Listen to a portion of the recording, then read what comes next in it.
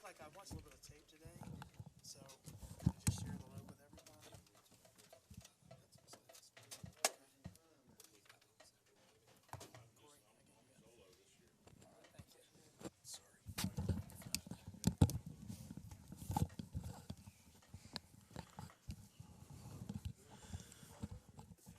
Good evening, ladies and gentlemen, and welcome to Frank Ireland Field for tonight's competition between your Clinton-Massey Falcons and the Wilmington Hurricane. Matt Baker here along with EJ Lamb. Hey, EJ everybody. Lamb. Say hi to the people. Hey, everybody. Hope you guys are excited about a nice, cool fall evening and excited to watch some football with us. Tell your family, friends we're on. Tell them to check out Campus Nation and tune in and just have some fun with us and watch some football tonight. Yeah, share with us, ladies and gentlemen, if you will, on your social media posts, on your phone calls, text messages to all your friends and family, all those that haven't logged on just yet. We're at campusnation.com. And there was a little bit of confusion. I got some information earlier this week and even today about another site that's trying to charge. If you go through campusnation.com, there is no charge. This service is free of charge, and we appreciate the sponsors. In order for us to be able to do that, we have to have good sponsorship from our local sponsors. We appreciate that, and we'll get to them here in just a moment. So, EJ, let's talk first and foremost. Wilmington comes in with a 2-2 record. Having talked to Coach Scott Killen, the head coach of the Wilmington Hurricane, earlier this week, they're excited about rivalry week. Yeah, and as well they should be. We're excited about it. As we've mentioned in previous broadcasts between these two schools, you have guys that, see each other in the restaurants, at the bowling alleys in town. They see each other. In my subdivision, we have Wilmington and Massey, and so we technically live in a Wilmington address, but it's a Clinton-Massey school district, so we see a lot of each other. And these guys want to face off, and sometimes it's pretty chippy, but generally it's pretty good sportsmanship. But make no mistake about it, they want to play tonight, and Massey wants to win and win convincingly in this game.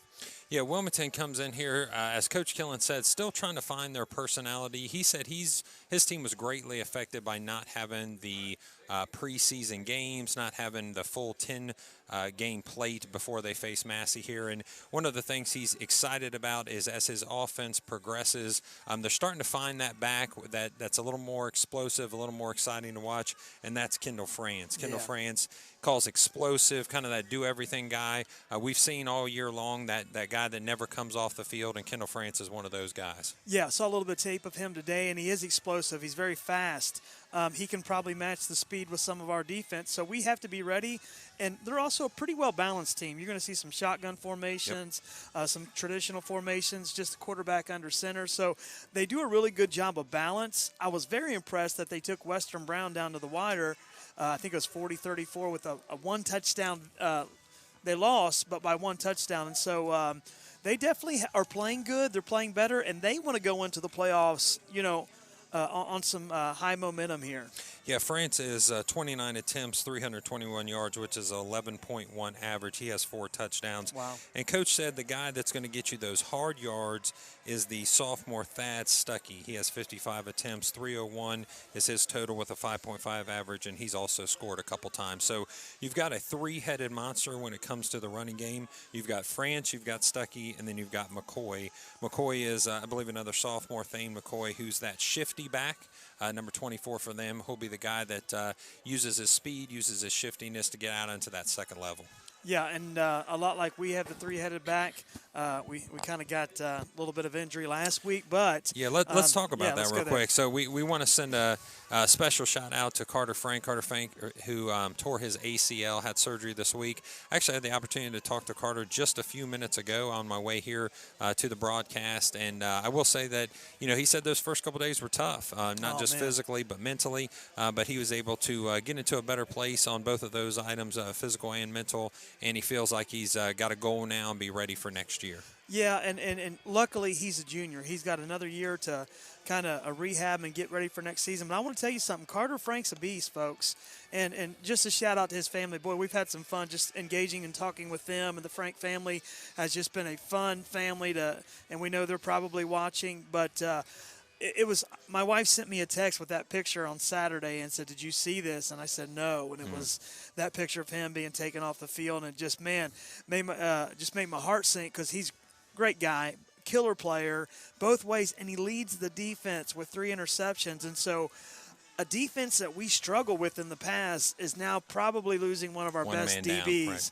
And that can be exploited. And so these guys are going to have to step up, but we want to send out just a shout-out to our thoughts and prayers to the Frank family for a speedy recovery and get this kid back on the field by next year and have a great senior season. Absolutely. And Scott Killen, head coach of Wilmington Hurricane, mentioned, that the tragic injury to Carter Frank and how that may affect.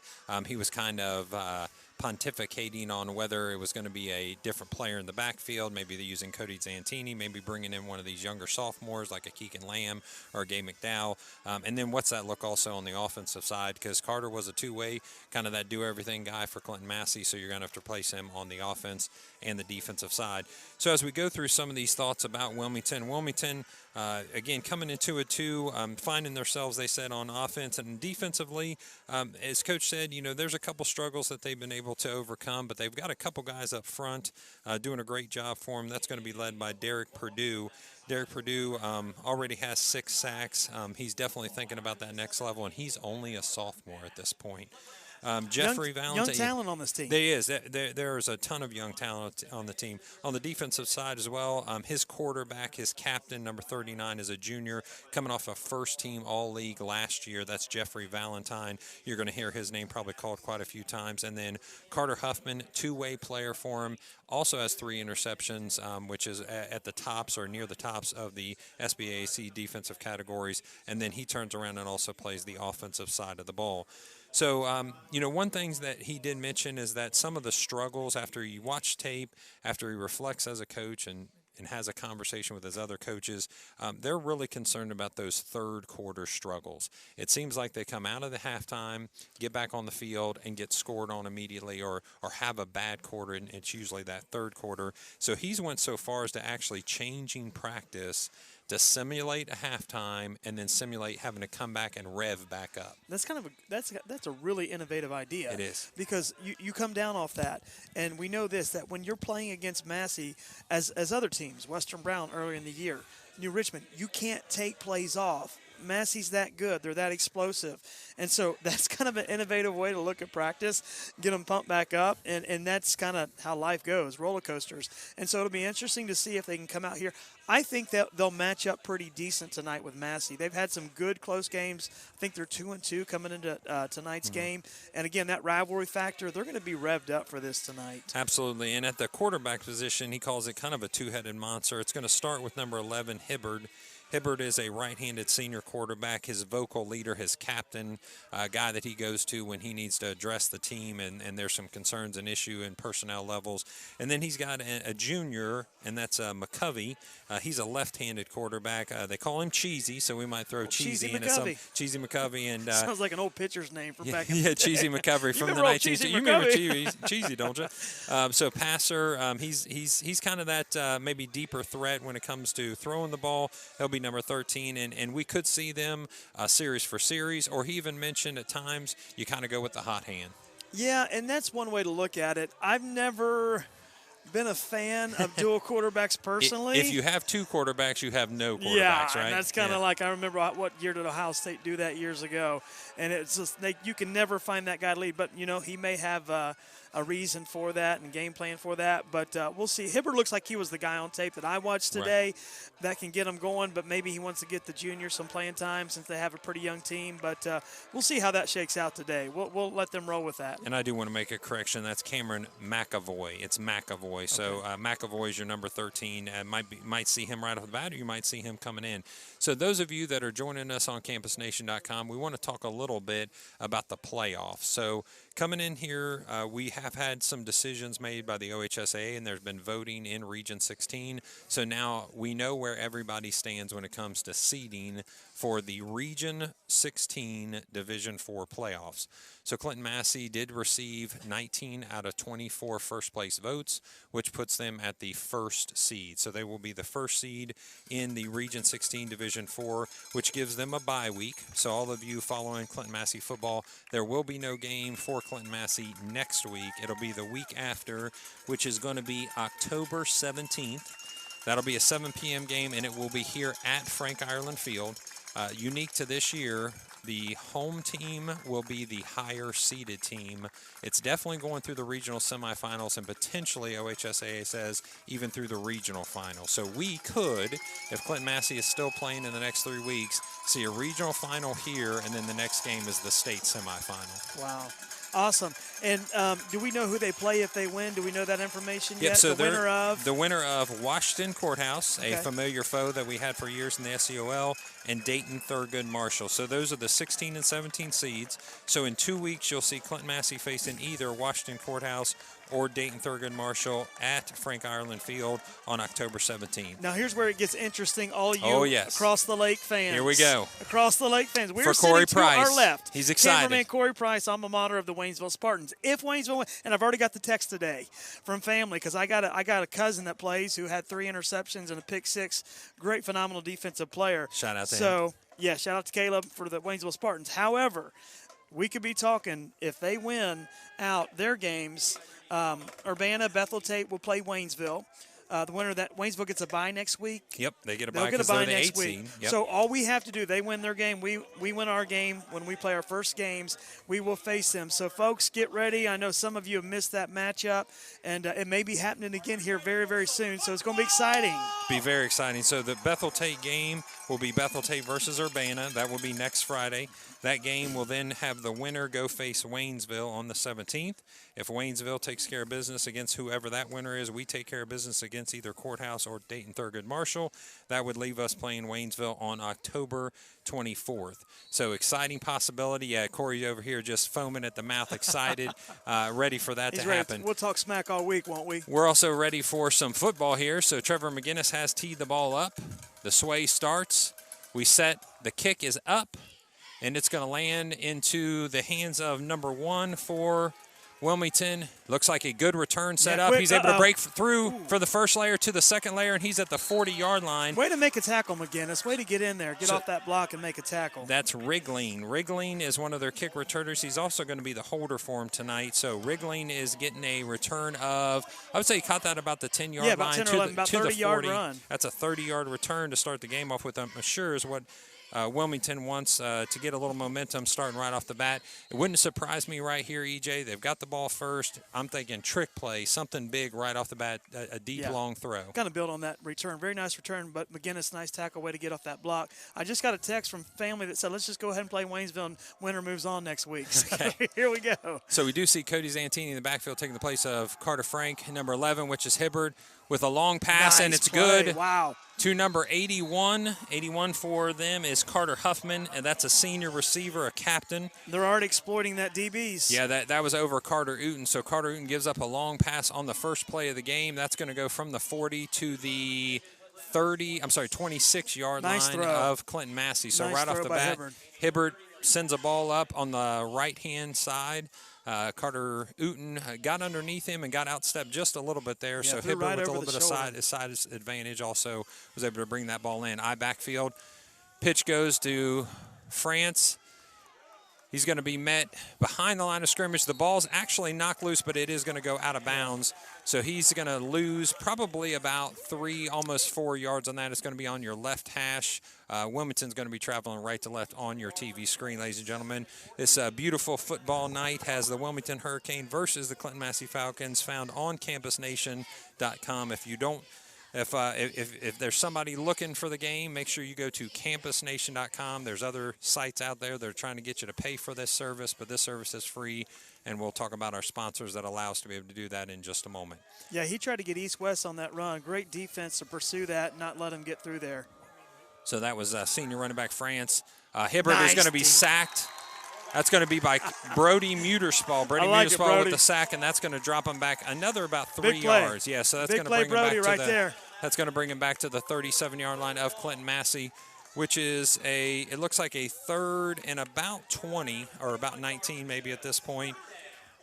So we don't have the sizes of these lines, but Wilmington's got some beef up there. They got some beef on that offensive line. Yeah, Coach Killen had mentioned some of those guys. He's got Remington Smith up there and Andrew Stewart, both juniors.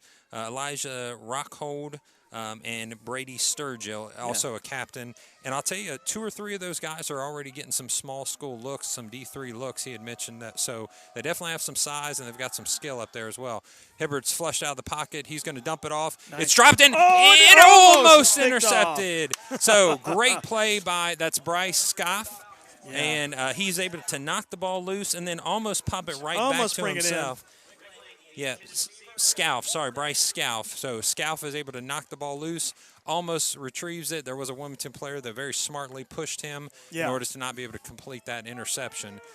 So we're going to go to 4th down now, still the 19 yards. Now, I want to let you know they have a kicker that's got a live leg. I watched a little bit of warm-ups, and this kicker can really definitely kick on the next level. But he's got some, is it Parker Henry? Parker Henry. Yeah, so if they get down within the 30, this kid's got a live leg to get some points on the board. Trips left to the small side of the field. Single receiver to the right. The ball is lifted out to number 84, but he's going to be overthrown. 84 for you is, that's Jaden Tackett, a sophomore receiver.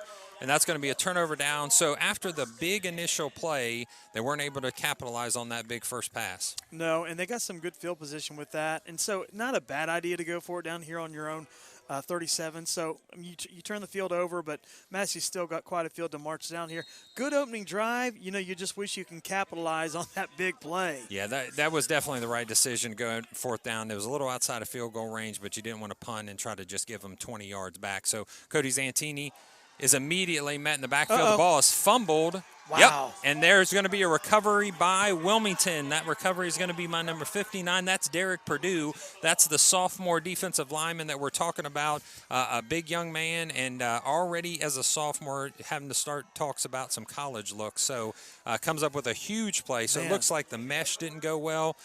If I'm correct, that should be a new fullback. Because of the injury to Carter Frank, I believe they put Dalen Maple in the backfield, and we'll double-check this, ladies and gentlemen. Didn't even have a chance because we just got one play in. Yeah. But the mesh didn't look like it went well. The ball got dropped right away, and now a turnover on downs, which is the absolute last thing you'd want in a rivalry game. So Wilmington offense just took one play off. Yep. I backfield to France, makes one person miss. He's out into the open. He's going to get about 6 yards on that, 7 yards on that, almost 8. Patient. He followed those blockers and kind of waited on them. We didn't get to see that explosive speed yet, but nice run, nice blocking by the offensive line. There's definitely some meat on these guys, and looks like they've got some mobility as well. Yeah, something tells me if he can get past that second layer of defense, he's going to be off to the races pretty quickly. So Carson Van Hoos, Cody Zantini, your free safeties in the backfield. This 2-by-1 look, which goes back to France again. Nice this time tackle. He's going to be met in the backfield by Dalen Maple's going to bring him down behind the line of scrimmage. So Dalen Maple shedding a block very quickly. He's able to meet him behind the line of scrimmage and bring him down. That's going to be, looks like they are going to give him, actually they're going to give him back to the line of scrimmage, which is a little bit of a surprise. Looks like he had him behind, but that's going to be 3rd down. Yeah, they gave him a little bit there. Yeah, it seemed like a nice open spot. field tackle. When you're sizing up as a linebacker, a defensive player, one-on-one in open free space there with the running back, it's essential to make open field tackles. Great tackle there by Dalen Maple. So this time we're in a 2-by-2 set, so a spread look in shotgun. Francis to the right of Hibbert. Hibbert gets the snap, sets, coils, turns. The plays to Carter Uten into Carter Huffman is the receiver. So Uten's your defender, Huffman's your receiver for Wilmington Hurricane. The ball's overthrown again, but that one was a little bit closer. It was closer, but I like the defense there by Uten. It was step for step with him. He could have laid it in over the shoulder, but Uten was there, guarded him step for step. So good defense there by Uten. That would have definitely been a special throw there. So Hibbert brings the offense back together. 4th down. This is not so much a hurry-up offense like we've seen over the Western Brown or even the Batavia. They're taking their time. They're getting the plays from the sideline, but it's almost vocalized from the sideline rather than signals. He goes to his play sheet there that's on his wrist. He huddles them up, breaks the huddle. And I think at some point he's going to be concerned a little bit about time because it has taken quite a bit. So 2 in the backfield. Hibbert's going to get the snap. 2 receivers to his right, 1 receiver to his left. He fakes the play action, and he's pulled down. The ball's going to be thrown out of the tackle box. It doesn't look like he's going to get called for intentional grounding. So even though it looked like he wasn't outside of the tackle box there, the referee went ahead and let him have that one. So they're going to turn the ball over on down, so can't capitalize on the long play on the first series, can't capitalize on the turnover. And way to go, Massey defense, to make that play, get the momentum carried back. Their defensive line looked great, got in there and pressured Hibbert. He just had to throw it away. So here we go, back on offense. So now we're into a wishbone backfield. Carson Van Hoos with a nice stick, and he's going to stay up on his feet. So he basically runs over number 12 for the Wilmington Hurricane, which comes up limping just a little bit. That's T.J. Killen.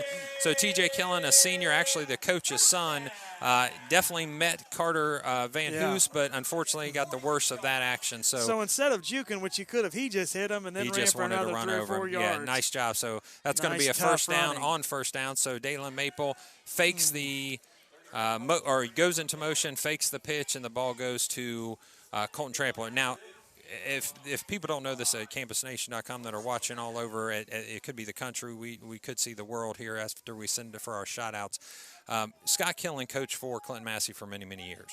Scott Killen knows this offense. He was the defense coordinator that went against this offense. It looks like he knows this. He does, yeah. And he said to me when I said, all right, Coach, what's one of the first things you know you have to do when you're facing a Clinton-Massey offense? Dalen Maple with the pitch on the left-hand side. Nice. He's able to break loose, and he's past the 35 into the 32-yard line. I said, Coach, what are you going to have to do right away to stop this Clinton-Massey offense, which is averaging over 60 points a game? He said, you got to stop the fullback. Yeah. He knows this offense runs through the fullback. New Richmond didn't respect the fullback. Fullbacks had big runs. Yeah. He knows first and foremost you have to stop the fullback. Or Coach McSorley, he said, we'll go back to that time and time run that again. Trap, get him up the field before you know what hit him. And I think, as we talked about Frank out, I think Colton Trampler is going to step up this week big time. Wishbone backfield. Handoff goes to Carter Van Hoos. We lost the ball again. Who's got it? Looks like there's a potential for a fumble at the bottom of the pile. It's going to go to Wilmington, so that's now the second turnover by Clinton-Massey. So 2 turnovers into this, and we're only 7:36 left in the first quarter. Wow. So Clinton-Massey, the unlike Clinton-Massey, 2 fumbles in 1 quarter or even in a game at this point. Massey has run the ball, play great defense, don't turn the ball over. And here we are, and we're turning the ball over, making some plays down the field. But here we are, and Wilmington is going for their 3rd offensive possession in just a matter of 5 or 6 minutes here into this game. And it's not like us. We look a little rattled. Really. That or a little bit, I don't know, sluggish, if you will. Yeah. Massey is a bad snap, and then he's going to be brought down immediately by, I believe that's Charlie Hale. Big Charlie. Yeah, Big Charlie Hale brings him down on that. So I was down at the field level, and the Wilmington Hurricane coaches were very vocal. I heard that. Very vocal. Man, they were pumping them up. They were excited. They know this is a rivalry game. They know that, unfortunately, over the last few years, things haven't gone well for Wilmington. Last year, I believe, maybe a 63-0 at Wilmington. If I remember correctly, Brendan Lamb with a large game at Wilmington 6 last year. 6 touchdowns last year. Oh, was it just the 6? Yeah, just thank 6. you for bringing that up. He had 5 in the first half and then ran Still had to get another one, right. Ran one more, and then they took all the starters out. But I was going to allude to that. They were pumping them up. Yeah, they were very excited. So 2 There's by 2 look, but it goes to the run, and that's 26, who's going to be brought down after a first down run all the way to the 49-yard line. And that's Stuckey. That's that sophomore with the most attempts so far and just a little bit less yardage than Frank. He's a hard runner. Yes. He runs hard, a little bit of size on him. No, I heard some of the specialty coaches, DBs, and different coaches that were just looking at their players at Wilmington and saying, you got one shot. Yep. You got one shot. And they were pumping them up. Looks like they're ready for this. I heard the term, you've got to go bully the bully. That's what I heard over and over again. You got to bully the bully. So a 3-by-1 look, 3 to the small side of the field. Oh, it's going to be an offensive, that's a false start by one of the receivers. So as we set this up for a false start penalty being moved back, that's going to bring him down to a 1st and 15. Do want to let you know that there are sponsorships available for the playoffs at campusnation.com. If you're interested in becoming a sponsor for Campus Nation broadcasts of the upcoming playoff streams, please contact Rick Phillips starting Monday at 937-527-6674. Again, 937-527-6674. The snap goes to Hibbert, the handoff, and he's going to be met in the backfield by 2 Clinton-Massey Falcons. That's Caden Clutter, and it looks like Dalen Maple as well. So immediately met in the backfield and a loss of a few yards. So if you are looking for sponsorship or being able to sponsor, yes, absolutely. We'd love to have some more sponsors here at campusnation.com. Yeah, from what I understand, if we can get some more sponsorships through the playoffs, we can keep offering this for free. So get a hold of them and let them know you'd like to be. If you look at the numbers, well, we get thousands of views, so you're going to have some good advertisement. Absolutely. So really good deal in there to call and be a sponsor. So Wilmington Hurricane sets up against 3-by-1, and this time Hibbert's going to let the ball loose to Huffman again. The ball's over his hand with a nice catch, but he says he's going to be out of bounds, and that was right on the sideline. So well, I'm glad we don't have instant replay. He might have got a foot in, but I couldn't tell. It looked like it was awful close. So he was able to get the ball to come down into his breadbasket there. Nice pass, but he was out of bounds. Yeah, beautifully thrown ball. So Clinton-Massey, again, a little susceptible with these longer passes. We got kind of lucky. That one's out of bounds. I see on the field right now Keegan Lamb, a sophomore, usually runs quarterback for the JV team, is now being put into a free safety look, maybe giving Carson Van Hoos just a blow for a second. So Clinton-Massey setting up. Also Bryce Scalf is in there as a fifth defensive back. This time it's a 3-by-1 set again. Hibbard's in the backfield. Gets the snap. Throws the ball, number 11 nice to number pass. 1 is a great pass to number 1. That's going to be Wriggling. Wriggling brings the ball in. It is going to be short of the first down. Wriggling, he looks like a little just a slot Wes Welker, but nice route, nice pass, and I'm telling you what, Hibbard's got a good arm and very accurate. He is zinging it right now. So it's going to be fourth down and 3 yards to go. So far the first 2 fourth down attempts have not worked out well for the Wilmington Hurricane. They're going to see if they can transmit this into a first down. Transition from their side of the field over to the Clinton-Massey side of the field. They're going to set up on the 45-yard line. It's going to be a 3-by-1 set. The ball's right in the middle of the field. Hibbert's going to call for the ball with Stuckey in the backfield. Tries to get him on a hard count. Does snap the ball. This time it's the Huffman. Huffman makes almost an incredible grab. But saying it's out of bounds again. So he was able to bring the ball in again, using the defensive back a little bit to hold on to the ball. Ball's out of bounds, and the player's out of bounds, so that's going to be a turnover on down yet again for the Wilmington Hurricanes. So right now on fourth down attempts, Wilmington is 0-3, and on fumbles, Clinton-Massey is 0-2 in essence, 2 lost fumbles. We haven't been able to recover our fumbles, so now we got to make a statement. We've got to come out here. We got 55-yard field and do what we do and march down here and put this thing in the end zone. Donald Brewer brings the play in. He's over to the right. Dalen Maple also to the right. Colton Trampler is your fullback. Carson Van Hoos gets the pitch. They've seen France that play. gets the ball. Yeah, they know where that play's going immediately. As soon as Carter Van Hoos went into that motion, the defensive line on the left side of this defense immediately went outside. I mean, it wasn't even a thought. Now, what we were doing earlier in the year, we were coming out in a spread and being effective. With a team like this, Wilmington, that knows us, plays us every year, knows our playbook, it was obvious. They say, we know what's coming. It's a pitch around the end here to Van Hoos. Wonder if you'd try that tonight and just see how you fare in that. I don't know. Maybe it's something they're not ready to do yet. But and there might be a point in the game where it makes sense, or a point on the field where it makes sense. So Colton Trampler, it gets the option fake to him. Cody Zantini keeps the ball. He's going to get about 3.5 yards probably on that second down run. There was a loss on the first. Took a stick there after he when he made the yardage there. And like you said, they are bullying the bully. They're hitting us hard. That's probably why we're fumbling, is because they're aggressive tonight. And you got to tip your hats to the Wilmington defense that came out to play tonight. Yeah, up front, number 55, Brett Brooks for the Wilmington Hurricane. Also, Derek Perdue is anchor in the middle of that defensive line. This time they jump almost off sides. The pitch goes to Carson Van Hoos. He's able to get around the corner. He's going to have first down yards. Nope. Don't do it again, folks. That looks like it's going to be first down or close to first down yardage. Now, what's interesting here, we've had this call before at Western Brown. If it's a horse collar tackle, that is not a penalty in high school football. So I don't know if they're going to say that he got his helmet. Well, isn't that what they got him with the injury, though? That's what concerned me, wasn't that?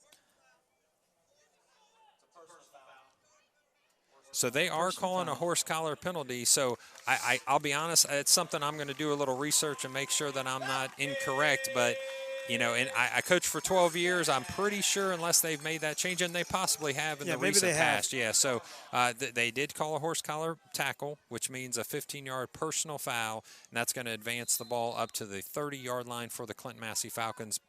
Blake Ireland's going to bring the ball in, or the play in, to Cody Zantini. He's going to rest on the right-hand side outside of the numbers. We're going to have a wishbone backfield with a tight end, Dawson Conley, to the left. Snap goes to Cody Zantini. The ball goes to Carson Van Hoos. He finds a little crease, and then he opens up. He makes one cut. He's going to outrun the rest of the defense and score, ladies and gentlemen. Van Hoos on the loose, baby. Van Hoos on the loose, and that's representative, I'm sure, for Carter Frank. He's doing that for his backfield buddy. So nice job to bring that in, and it looks like we're going to set up for an extra point. Cody Zantini is going to be your holder, and Travis McGinnis is going to be your kicker for this extra point. Yeah, nice way to get out of traffic and then just put on the burners there and outrun France, who's a fast cornerback. He leaves him, and what a run there. What an incredible run by Van Hoos. What was concerning about that tackle is I believe that's the tackle that brought him down a couple years ago and led to the injury. Yeah. So I hated to see it. Good to see him, though, running so fast. So the extra point is up, and a wobbly kick is through. So All that's right. going to bring a 7-0 score. So our cameraman working dual skills here. He was able to run the camera and look up on his phone that a horse collar penalty in high school is a personal foul. Yeah. So we appreciate that. So not only is he a cameraman, but he's also our research firm. Only the best as well. here, folks. Nice job. Only the Corey best Price. here and for you know Campus what? Nation. That's what you get from a Waynesville education. You're able to be multifaceted. Excellent job. Thank you, Corey Price. So way to go, Corey. We're right now going to come 3:28 left in the first quarter. I can 7-0 is your score. Yes, you can say 7-0 is your score. Now there's a little bit of concern. We've got a kickoff that at the last kickoff there was about a 30-yard return. Back for the return will be Huffman and Wriggling for the Wilmington Hurricane. They're set up in a 5-by-2-2-2.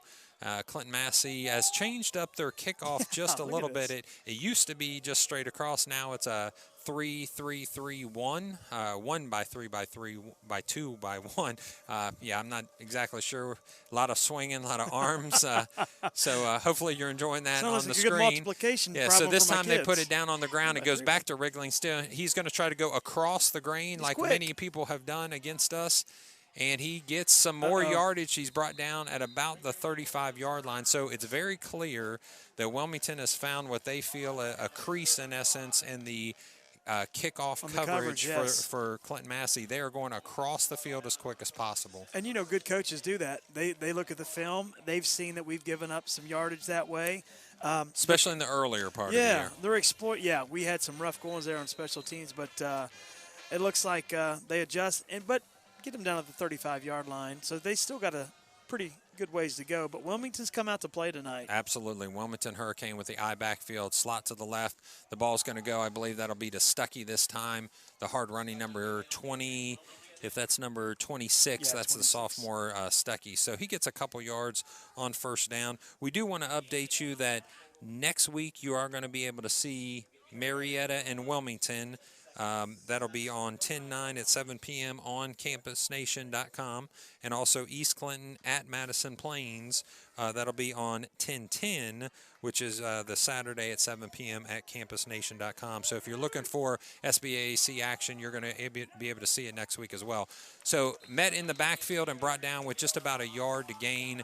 That's, I believe is that Brody Muterspaw again? No, that's 58, so that's Leighton Bell. So Leighton Bell with penetration into the backfield, then he was able to put a big bear paw on him and drag him from behind. Yeah, but 26, I tell you, he keeps his legs churning. It looked like he was going to lose a couple yards, but he kept the legs moving, and now he's got a couple yards out of nothing. Looks like they got about a 3rd and 5 to go. It'll be interesting to see what kind of call they go with here. They've been throwing on us. This quarterback's got a very accurate arm, and so I wouldn't be surprised to see a pass here across the middle. Maybe some play action on 3rd and 5. Almost to midfield. We're at about the 40-yard line. So the snap, immediately the ball's released. Ball goes to number 2, and it's going to be knocked out of the hands of number 2 by Blake Ireland, and that's Tanner Killen. So Tanner Killen went up, showed some vert on that, got his hands on it, but immediately was met by Blake Ireland, and the ball was dislodged. Oh, yeah, it's perfect timing. It was as soon as bam, bam, and as soon as he touched it, Ireland just kind of lowered his shoulders, nice, clean hit, and just dislodged the ball there. So now we're a 4th and 5. Looks like they're going to punt. So watch for the fake, I'm sure, is what the coaches are telling them, because Wilmington has seen that we like to fake as well. So sometimes you like to do to others what they like to do to people. So the ball snapped. The kick from Parker Henry is a high, booming kick, but Carson Van Hoos is going to bring – he muffs it just a little bit, and it's going to be recovered by Wilmington. I'll tell you, ladies and gentlemen, we look like we're in a funk tonight. Yeah, it's like we're just trying to tread water. Yeah, little cloudy in our vision at this point. So that is a turnover. That's a muffed punt by Carson Van Hoos, which so far, I believe, unless I'm incorrect in my remembering, that's the first one he's had all year. But it comes at an inopportune time with 1:49 left in the first quarter and a 7-0 lead. Great field position. Great field position. It was a very good kick. So booming kick by Parker Henry. So if you're Scott Killen, I mean, you've got to be foaming at the mouth at this. I mean, you need to get in here. I mean, you're saying, look, we've had turnover after turnover. They're giving us the ball. They're giving us the ball. So we have got to capitalize. We've got to score, minimally coming away with points. At this point, you said Parker Henry more than likely can make a safe attempt from here. They can get points at this point now, they want to put the ball in the end zone. So France gets the ball. He tries to make a couple people miss in the offensive backfield. He's met and brought down behind the line of scrimmage. Great defensive penetration there. But one thing about France, he doesn't take the ball and run. He dances a bit. A little bit, yeah. You want to see that just hit the hole, and go. One cut and go. He dance, and if you dance at all on this defense, that defensive line is going to make you pay. And those big boys came and swallowed them up there. So now you've lost 3 or 4 yards. The Minims went back to Massey defense. Yeah, some of those offensive linemen, that's Brock, Rappick, and Bradley Sturgill, Elijah Rockhold, Remington Smith, and Andrew Stewart up front for the Wilmington Hurricane. Play action pass. Pass goes almost to number 81, Huffman. I don't know. Didn't look like the ball was catchable, but they are going to call pass interference. There was a hand on the inside, it looks like. Carter Uten had his hand on his inside. And you hate that because it was an uncatchable ball. Yeah, it didn't seem like it was catchable. So they might talk about it just a little bit here. They are going to call defensive holding against Clinton-Massey. And again, we are shooting ourselves in the foot. Yeah, it just seems like whether it's a penalty, whether it's a turnover, whether it's a little bit of staleness. Will that result in an automatic first down, Matt? I believe it will. If it's defensive holding, it should be an automatic first down. So looks like they're going to walk this one off. And they are not resetting the change just yet, but let's see if they – Was it 10? 10 yards and maybe stays – yeah, it should have been a 5-yard penalty. So maybe they didn't get the call right on that one. So, yeah, they're just letting it play. So the ball goes to France. He makes a couple people miss in the backfield. There it looks like he is going to score. Wow. Nice job by the Wilmington Hurricane. So, yeah, that time just a couple moves and that interior line, and then he broke free and his speed kicked in. It kicked in, and it's enough to get him there. And that's it. You see that open field speed by France there. And so here we are. Looks like they make this extra point, and we got a tie ball game. That's Massey-Wilmington rivalry there. We've been on the other side of it for a few years in a row. And so Wilmington's, they're pumped to be here. They're up for this. Yeah, I think there's no question that they see I talked to just a few of the Clinton-Massey football patrons there behind the stands before the game started. And here's what one of them said, and I thought it was good. Wilmington comes in here with hope. And the reason they have hope is this year Clinton-Massey has given up points compared to years in the past where some teams would only be able to score 7, maybe 14 points or no points at all. The fact that Clinton-Massey has given up points and Wilmington still finding their offensive identity feels like they can score against Clinton-Massey. That gives them hope. And as this person said, hope is a dangerous thing for an opposing team. Hope is a dangerous thing. And then to see how the momentum just keeps swinging their way. Massey makes a play, then a turnover, makes a play, then a penalty. And so Wilmington's definitely, they're revved up for this. And I think they're going to, if they can continue through halftime and play all 4 quarters, we're going to have a game here, folks. Yeah, I think right now Clinton-Massey is not matching the intensity that Wilmington has come out with. So we're going to see. No, a bit sluggish. Yeah, it does look very sluggish, almost fog-like.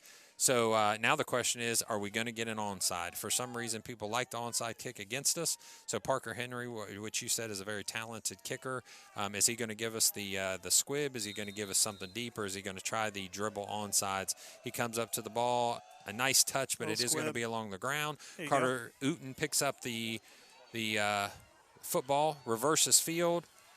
goes down at about the 32-yard line. They're going to keep stripping. They're like sharks that have tasted blood. Absolutely. They're going for the strip. Yep. They're all in tonight. So more of the east-west run, as you had mentioned before, which only gains about 6 yards on that. So Carter Eaton with a 6-yard return is going to set up a first down at the 32-yard line. Clinton-Massey coming in, Cody Zantini and Donald Brewer with a play from the sideline. Gets and sets his offense out of the huddle. And at this point, we need to see a long, sustained drive that has some maybe a little bit of authority behind Chew up it. a little clock here. Dalen Maple, Carson Van Hoos. The pitch goes to Van Hoos. Dalen Maple puts a block on. Carson Van Hoos waits just a little bit, goes out of bounds. He knew to wait for his block, and Dalen Maple was doing a good job. He's just didn't get so the push. fast. He gets up to it so quick. Yeah, that's still going to get you 4 or 5 yards. You know, if they may know us, they may know our playbook, but if we can execute, right, that's the biggest thing. Can we execute our game plan? And can you maybe make some plays and run some plays out of a little bit different formation? So we're usually this double slot and a single fullback with a receiver to the far side of the field in this case. So now we're going to get a Dalen Maple fake of his. There you go. Come on. And this time Colton Trampler gets the ball, fullback dive. Is only going to net him about a yard on that one. So that the trap or the dive goes for about a yard. That's Colton Trampler. And Coach Killen was very complimentary of Colton Trampler earlier this week when I was able to speak to him. Said that Colton Trampler is strong. Yes. He's fast. He's a hard worker. He's a leader.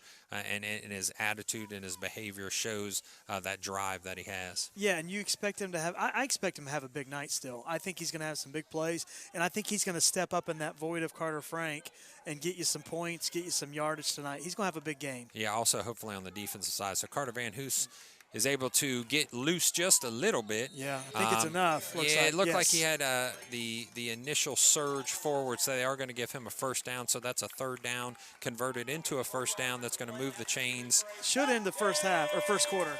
Yep. Okay, so 0-0's on the clock, 1 quarter down, 7-7 score. Tell me what you're thinking, EJ. I think if you're Massey, you're kind of a little shell-shocked. You thought you might be up 21-7, maybe 14-0 at this point, and you got a lot to clean up here. And so you kind of got to do what the Wilmington coaches were doing at the beginning of the game. You got to get your guys pumped up, get their head in the game. I know they're used to coming in here and rolling them the past few years, but they're still a rivalry, and they didn't. And obviously, so far, it doesn't look like you're going to roll them tonight. And so you got to coach them up, say, let's get up for this game. You know, let's stick to the game plan. Let's protect the ball and not give them easy points. Yeah, the Wilmington Hurricane coming in with 2 wins, and they got a win immediately against East Clinton to come to start the year. Then they beat Goshen, which to some was a little bit of surprise. Goshen was picked to be the second-place team and has had an unfortunate year and just not got the wins that they were hoping for. So they came off with 2 wins. The last 2 losses have been tough ones, like you said, a close game against Western Brown, a surprisingly close game, and then also a close game up until what I'd consider about the third quarter against New Richmond, and then New Richmond was able to get a couple quick scores and kind of took the air out of their tires at that point. So I think it's a good team. It's a young team. We mentioned before he starts 5 sophomores, 7 juniors, 6 seniors are kind of mixed between offense and defense. He has 5 to 6 two-way guys. Carson Van Hoos that's Dalen Maple brought down in the backfield. Yeah, just slipped, looked like, lost his footing. So he's got a couple guys going both ways, and this year, Clinton-Massey, usually not a team that has kids going both ways, has a lot of kids, and that's something Coach Killen brought up. He said, surprisingly, when he was watching film on him, he noticed right away that it wasn't 11 on, 11 off, and for many, many years that was the case. So, we could have fatigue play a role in this game. Clinton-Massey has played 2 games last week, has to play another game this week. Quick turnaround. So you just never know how that fatigue may set in. So the cross buck goes to Dalen Maple, and that's seen it before. Yeah, that's immediately shut down. They've seen it. And that's actually going to be a loss of yardage. So Scott Killen on the field, excited, telling his defense what the next setup is. So that's going to be third down. Third down, about 14. About looks 14. Like. And so now, hey, if you're Wilmington, get some pressure here. I imagine Massey might go for a pass here. And so they might be able to pin their ears back and go after the quarterback. Yeah, if I'm them, I'm bringing some pressure, probably right up the middle to overload that line of scrimmage because the Clinton-Massey Falcons don't pass very much. I'm sure they haven't been able to work quite as much on pass blocking as they have on run blocking. So the motion goes to Carson Van Hoos. The fake goes. Oh, and he's going to overthrow that one by about 6 or 7 yards to Blake Ireland. I thought Maple had the angle there maybe to go after him, but looks like he goes for Ireland, and just uncharacteristically, Cody overthrows him. Yeah, and I know this might sound a surprise to those that are just joining the Clinton-Massey Falcons for the first time this week. I can tell you that we're not used to punting. We don't punt a lot, so this is an odd sight to see Trevor McGinnis out there getting ready to punt the ball, but we got a punt team that's getting set up by Keegan Lamb. We're going to set up here at the 40-yard line. McGinnis has got a leg. I was watching him in warm-ups. He's got a good leg. Yeah. But again, we don't see it a lot in these regular season games. So Lamb calls for the snap. McGinnis gets the ball, almost blocked. Nice boot. And that's going to go back to Huffman all the way back at the 12-yard line. There you go. But brought down on the play is Dawson Conley's going to bring that player down. That's Huffman back there. Nice play, Dawson. Yeah, very good play.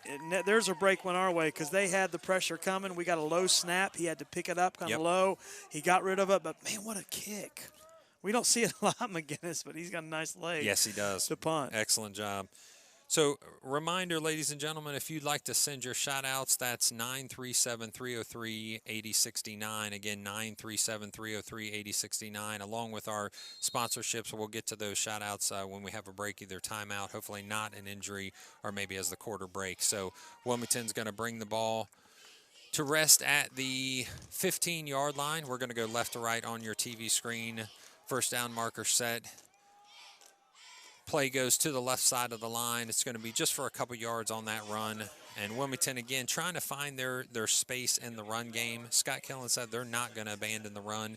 They feel like they need to establish the run with whatever backfield that's back there against Clinton-Massey, because that's usually something Clinton-Massey takes away from other offenses. Yeah, they do. And they are getting some yardage even out of these little runs, 3 and 4 yards, and that's going to help you set up your pass game later. And Hibbert can throw a good ball, and so that's just setting him up for success later in the game. High backfield slot to the right. There it is. He's going to be met by a flock of Falcons in the offensive backfield, led by Leighton Bell. Looks like Rolfe was back there. Even Cody Zantini, Charlie Hale, 3/4 of the team met him in the backfield. Yeah, and I think we've talked about how sometimes we need a little experience and we could do better in the passing game. But I want to tell you, our defensive line and linebackers are good, and they can stop the run. And hopefully get some pressure on the quarterback as they did earlier in this game when he goes back to pass. I like our defensive line and linebackers. 3rd down and 7. Looks like Huffman and Wriggling are going to be to the slot left. Ball gets snapped. He's going to go to Huffman out wide, or that's Wriggling. He's able to catch that ball, but he's going to say he was out of bounds. That is the 3rd one tonight where he throws it on the money, but it's just a couple inches outside the lines, and so they can't bring it in. But I'm telling you, those are going to convert later on. Right in his chest. Right there. Right in chest. I mean, hit him at the top of the one. But they're just 2 or 3 inches out of bounds, and so you can't do anything with that. And it looks like that's where Wilmington wants to expose. They want to expose Massey outside of the numbers. They feel like their wide side defense is maybe a little lacking there. So it looks like there's going to be a timeout that's going to go to Wilmington. And while we have a timeout, we are going to go to our sponsors, ladies and gentlemen. So our sponsors, we appreciate all those that sponsor us here at campusnation.com. And that starts with our friends at Sam's Meats. Football fans, stop by Sam's Meats located in Wilmington, Ohio at 1209 West Locust Street to support a locally owned and operated business. Sam's Meats has fresh chicken, pork, and beef along with deli, cheese, and lunch meats. Their meat deals are a great way to buy meat in bulk, helping to save you both time and money. The dining room is open for you to enjoy homemade hot bar meals, and their made-to-order grill menu. Sam's Meats also offers catering, party trays, and a variety of homemade desserts. Open Monday through Friday, 9 a.m. to 6:30 p.m. and 8 a.m. to 6 p.m. on Saturdays. Go check them out. I know you can't believe this, but we went to Sam's Meats. Oh, did you? What do you think we got at Sam's Meats? I hope you got about 3 pounds of bacon. You know, we had to get us some bacon. Got about 4 pounds of bacon. It was fabulous. Don't play games with the bacon. I'm telling you, we got after some bacon, and it did not disappoint. Nice, crispy Sam's Meats bacon. We'll get to the rest of the sponsors here. Just great people, great supporters of Clinton-Massey local school. So ball gets snapped back to Parker Henry. Parker Henry almost gets the ball blocked by Carter, and he might even got a little touch on it. Man, who said I ain't touching it this time? Yeah, he said I'm going to let that one go. I'm going to take a break. So this one, and a nice roll, beautiful roll. In fact, if that's kicked from the 10 and the ball rests at almost the 30-yard line, so we're going to have 40, 50, almost a 60-yard with the roll punt. So great job by Parker Henry, as you said, live leg even in the punt game. Yeah. Very, very nice punt. I want to give a shout out, so I don't forget, to a very special 13-year-old. I have a teenager, Yes. and I think we both have birthdays in Yes, the we family. do. But happy birthday to my teenage daughter, Reese. She is 13 today. Yes. She's with her friends, and I doubt she's probably watching. But happy birthday, Reese. She'll appreciate it either way. Lovely young lady. Wonderful to have a teenager in the Lamb household. Yeah. So the first snap goes to a handoff out of the wishbone backfield. That's Dalen Maple. He's going to be met immediately by a storm of hurricane. Yeah, I'm telling you, folks. You like that? They came That's to one? play ball. Yeah, I got Storm? one. Oh, He gave me one. it's on. Yes, I didn't know Corey we were going Price that gave way. me one. The storm of a hurricane came through to make that tackle. Lots of hurricane defenders against Dalen Maple. I'm there not in the brings mood him yet. down. I need to do a Not 2 or there. 3 point lead. It's because you're really. Are you coming out sluggish too? I'm coming Are you out. coming I out need to see sluggish, some. foggy?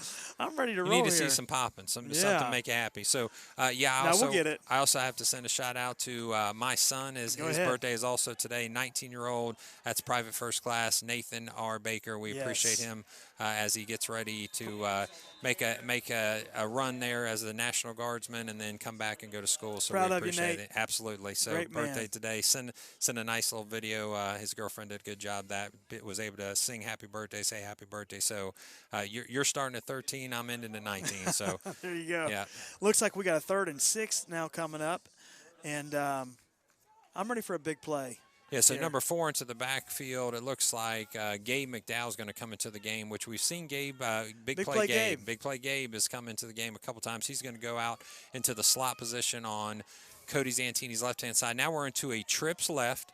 Single back in the backfield. It's going to be a bubble screen to Blake Irelan. He doesn't get the blocking he wants, but Blake. he does keep on pushing, and that's going to be a first down Way to because push. of that extra effort. So is that the momentum that helps us swing in the right direction? So Blake Ireland said, I didn't get the blocking quite like I wanted to, but I'm going to just make it happen on my own. Man, he put his head down, He did. grinded that one out. Here, look at Massey. Here they come. Hurry up offense. So into the wishbone backfield, that's Donald Brewer to the right. Ball gets snapped immediately. The pitch goes to Dalen Maple. He makes one person, pushes him down, and he's able to get another 3 yards after that.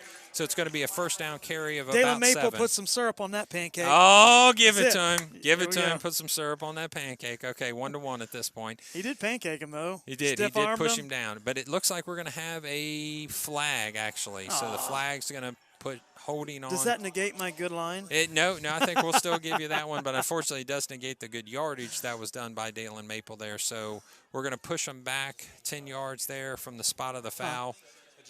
That's going to be pretty much a 1st and 20 at this point. So Clinton-Massey, again, kind of shooting themselves in the foot, whether it's the offensive penalties, One whether step it's the forward and turnovers. 2 steps back. At this point, 7-7 is your score with 6:53 left in the second quarter. Donald Brewer to the right, the double slot with, and actually we're going to push Dalen Maple out wide to the right. Colton Trample in the backfield. He's going to get the pass. Run hard, He's going to baby. get the Go. handoff. He's able Go. to make 1 or 2 people miss. He's into the open field. Now it's just a foot race. He's at the 25. He's at the 20. He's at the 15. He's at the 10. He falls forward at the 9. Colton Bolton Trampler down to the I'm telling 10-yard you. line. What a tough run. Fantastic run by Colton Trampler, and Cody Zantini is immediately calling for a Come play. on. He's saying, give me a play, give me a play, give Let's me a go. play, let's run. I like this leadership. Yeah, I We like ain't it. playing games I like no more. him wanting that play right away. So 38 into the game is Owen Trick, so they're bringing in a double tight look, it looks like here. So Owen Trick comes into the offense. The play goes from Cody Zantini to his offensive huddle. The snap, the clap, the wishbone backfield, double tight look, no receivers out on either side. The ball goes to Dalen Maple. He makes 2 or 3 people Nice. miss. He gets into the second level of defense, so he's going to come down at the 5, almost 4-yard line. So it's going to be 2nd down and goal from the 4-yard line. Let's Again, reward Trampler with the ball here. yeah, Let him Cody get some Zantini points. wants another play, so he said, you know what, forget the guy bringing it in. I'll just run to the sideline and get it Man, myself. you've seen some explosiveness. He was kind of in a pile, then he kind of just picked it up in 2 or 3 steps. He's That's quick. what it is. It's those 1 or 2 steps, He's and then he's up quick. to full speed. That's Maple's thing. He can get to full speed within just a couple strides. So Garrett Vance, the center, brings the Come on, give it to offensive line 34. up with the double tight wishbone backfield. This time to Van Hoos, he sticks his head down, but he's Yeah, not going they to were gain ready much for him. there. Yeah, they know what the ball was coming there. So he gets maybe a gain of 2, so now it's going to be 3rd and goal from about the they just gave him 1, so from the 3-yard line. Let's so punch this in, guys. So he may look play action pass here to Dawson Conley. So did they give the double tight look on purpose to kind of suck him into the run? We've seen this before where they got him all the way down within the 5 is on the opposite side of the field, and they were able to do a little out pass to Dawson Conley for the score. So this time, wishbone backfield, double tight look. Cody Zantini pitches the ball to Carson Van Hoos. He's got to be able to get to that corner, and he's able to walk in untouched with the touchdown. No flags on the play. Nice play, so that's going to be a second score for Clinton-Massey nice this blocking, evening. guys. Way to execute that play. Good blocking on the end. Ran in completely untouched. Brody Muterspaw was out there, but barely had to touch anybody because Carson Van Hoos just outran the defense. So Trevor McGinnis sets up for the extra point. You think by this time we're up 28, 35-7 as the past few weeks, but it's only 13-7. So this game is tight. Absolutely. With 5 minutes left in the second quarter. So 13-7 just score, looking for the point after. Cody Zantini's your holder. High snap, kick, up, and it's good. So while we're transitioning the offensive side to the defensive side, we're going to tell you about Tin Cap. Tin Cap is more than just your locally owned hard cider company. Tin Cap offers handcrafted hard ciders along with local craft beers, cocktails, and pizza. Tin Cap leads the area in entertainment, offering large TVs for big games just like the Wilmington Hurricane versus the Clinton-Massey Falcons, the largest outdoor patio with covered area and a large stage for live music. Join your friends at Tin Cap, where they always serve up smiles by the glassful. See you for live music Saturdays and Trivia Tuesdays at Tin Cap, located at 59 West Sugar Tree Street in Wilmington, Ohio. And we have Collett Farms. Collett Farms Pioneer Seed is a family-owned and operated seed dealership offering Pioneer brand products, seed treatments, and trusted agronomic advice for over 45 years. With the use of local data, technology, and digital tools, we help farmers maximize every acre's potential. Count on us to be there throughout the season, working directly with you. Collett Farms Pioneer Seed. We're farmers just like you. As the ball is teed up by Trevor McGinnis, his kickoff team starts the sway. Wilmington set up in their 5-2-2-2 kick return. Let's see if he sends this one long. He does this time on the left-hand side. Out of bounds, so it's going to be a penalty. So it looked like he was trying to do a little coffin corner there, but unfortunately it hits, and instead of bouncing back into the playing field, it bounces out of bounds. So one last sponsor, John Roberts Excavating. John Roberts Excavating, located in Wilmington, is a family-owned business since 1998. They are specialized in experience in general excavation, sewer, storm, grading, field tile, drainage, land clearing, ponds, demolition, and paving. EJ, I would say they do it all. They do it all. Get them out Look there. us up on Facebook or call 937-382-1788 for a free estimate. Again, Facebook or call 937-382-1788. So it looks like they've elected to re-kick, which is an option for the Wilmington Hurricane. With the good returns they've had early in the game. Yeah, they want the ball in the hands of Wriggling. Give Absolutely. us a shot. Yeah, he's explosive. Wriggling's good. Had a couple good catches already. A great return to start the game. So they're going to roll the dice here. Now, the danger is McGinnis can put a leg into it. So it looks like they've changed their more to the traditional setup for their arm swinging kickoff team here. So McGinnis has the ball teed up, holds his hand, checks the sidelines, checks the gunners, brings his leg through, this time at the 35-yard line. He's able to get it low with a nice bounce, but it goes right into the hands of Wriggling, who's going to try to go across the field, and he's able to open up and bring him down, and it looks like there's going to be a flag. Maybe some holding. We'll see what they're going to say about this. I think it might be a block in the back on number 85, which is Shane Baker for us. It seemed like he got sent backwards just a little bit and might have got clipped. So let's see if they have a clipping call here, potentially a holding call. We'll get in here in just a second. It looks like it's going to be on the Wilmington Hurricane. Yeah, and maybe just to get us back to even, to get some of these flags to go our way, some breaks to go our way. See what the call is. Yeah, blindside block. I actually think I saw that block. So Shane Baker took a hard hit from the Wilmington Hurricane. So the ball is going to be moved back just a little bit against Wilmington, but it will stay Wilmington's ball. And while we have just a second, we're going to send a couple shout-outs. Art and Connie Whitaker back in Ohio watching in our living room. Glad to have the announcers back. Thanks for streaming. So, EJ, send a little love to yourself and me for announcing. So, watching again from Nome, Alaska. Checking in from Nome, Alaska. That's Hank Irelan. Mrs. Frank Irelan is there with you all. So, excellent. Hey, are they related to Blake? Because Blake's no, different Ireland. Different Ireland. Yeah, okay. He's the Irelan, and Blake is Ireland. Gotcha. So, Mr. Ireland actually shared a funny joke that his dad always used, that it was Ireland and they just left out the D, so it's Ireland. So Shane Garrison from Wilmington sending a shout-out as well.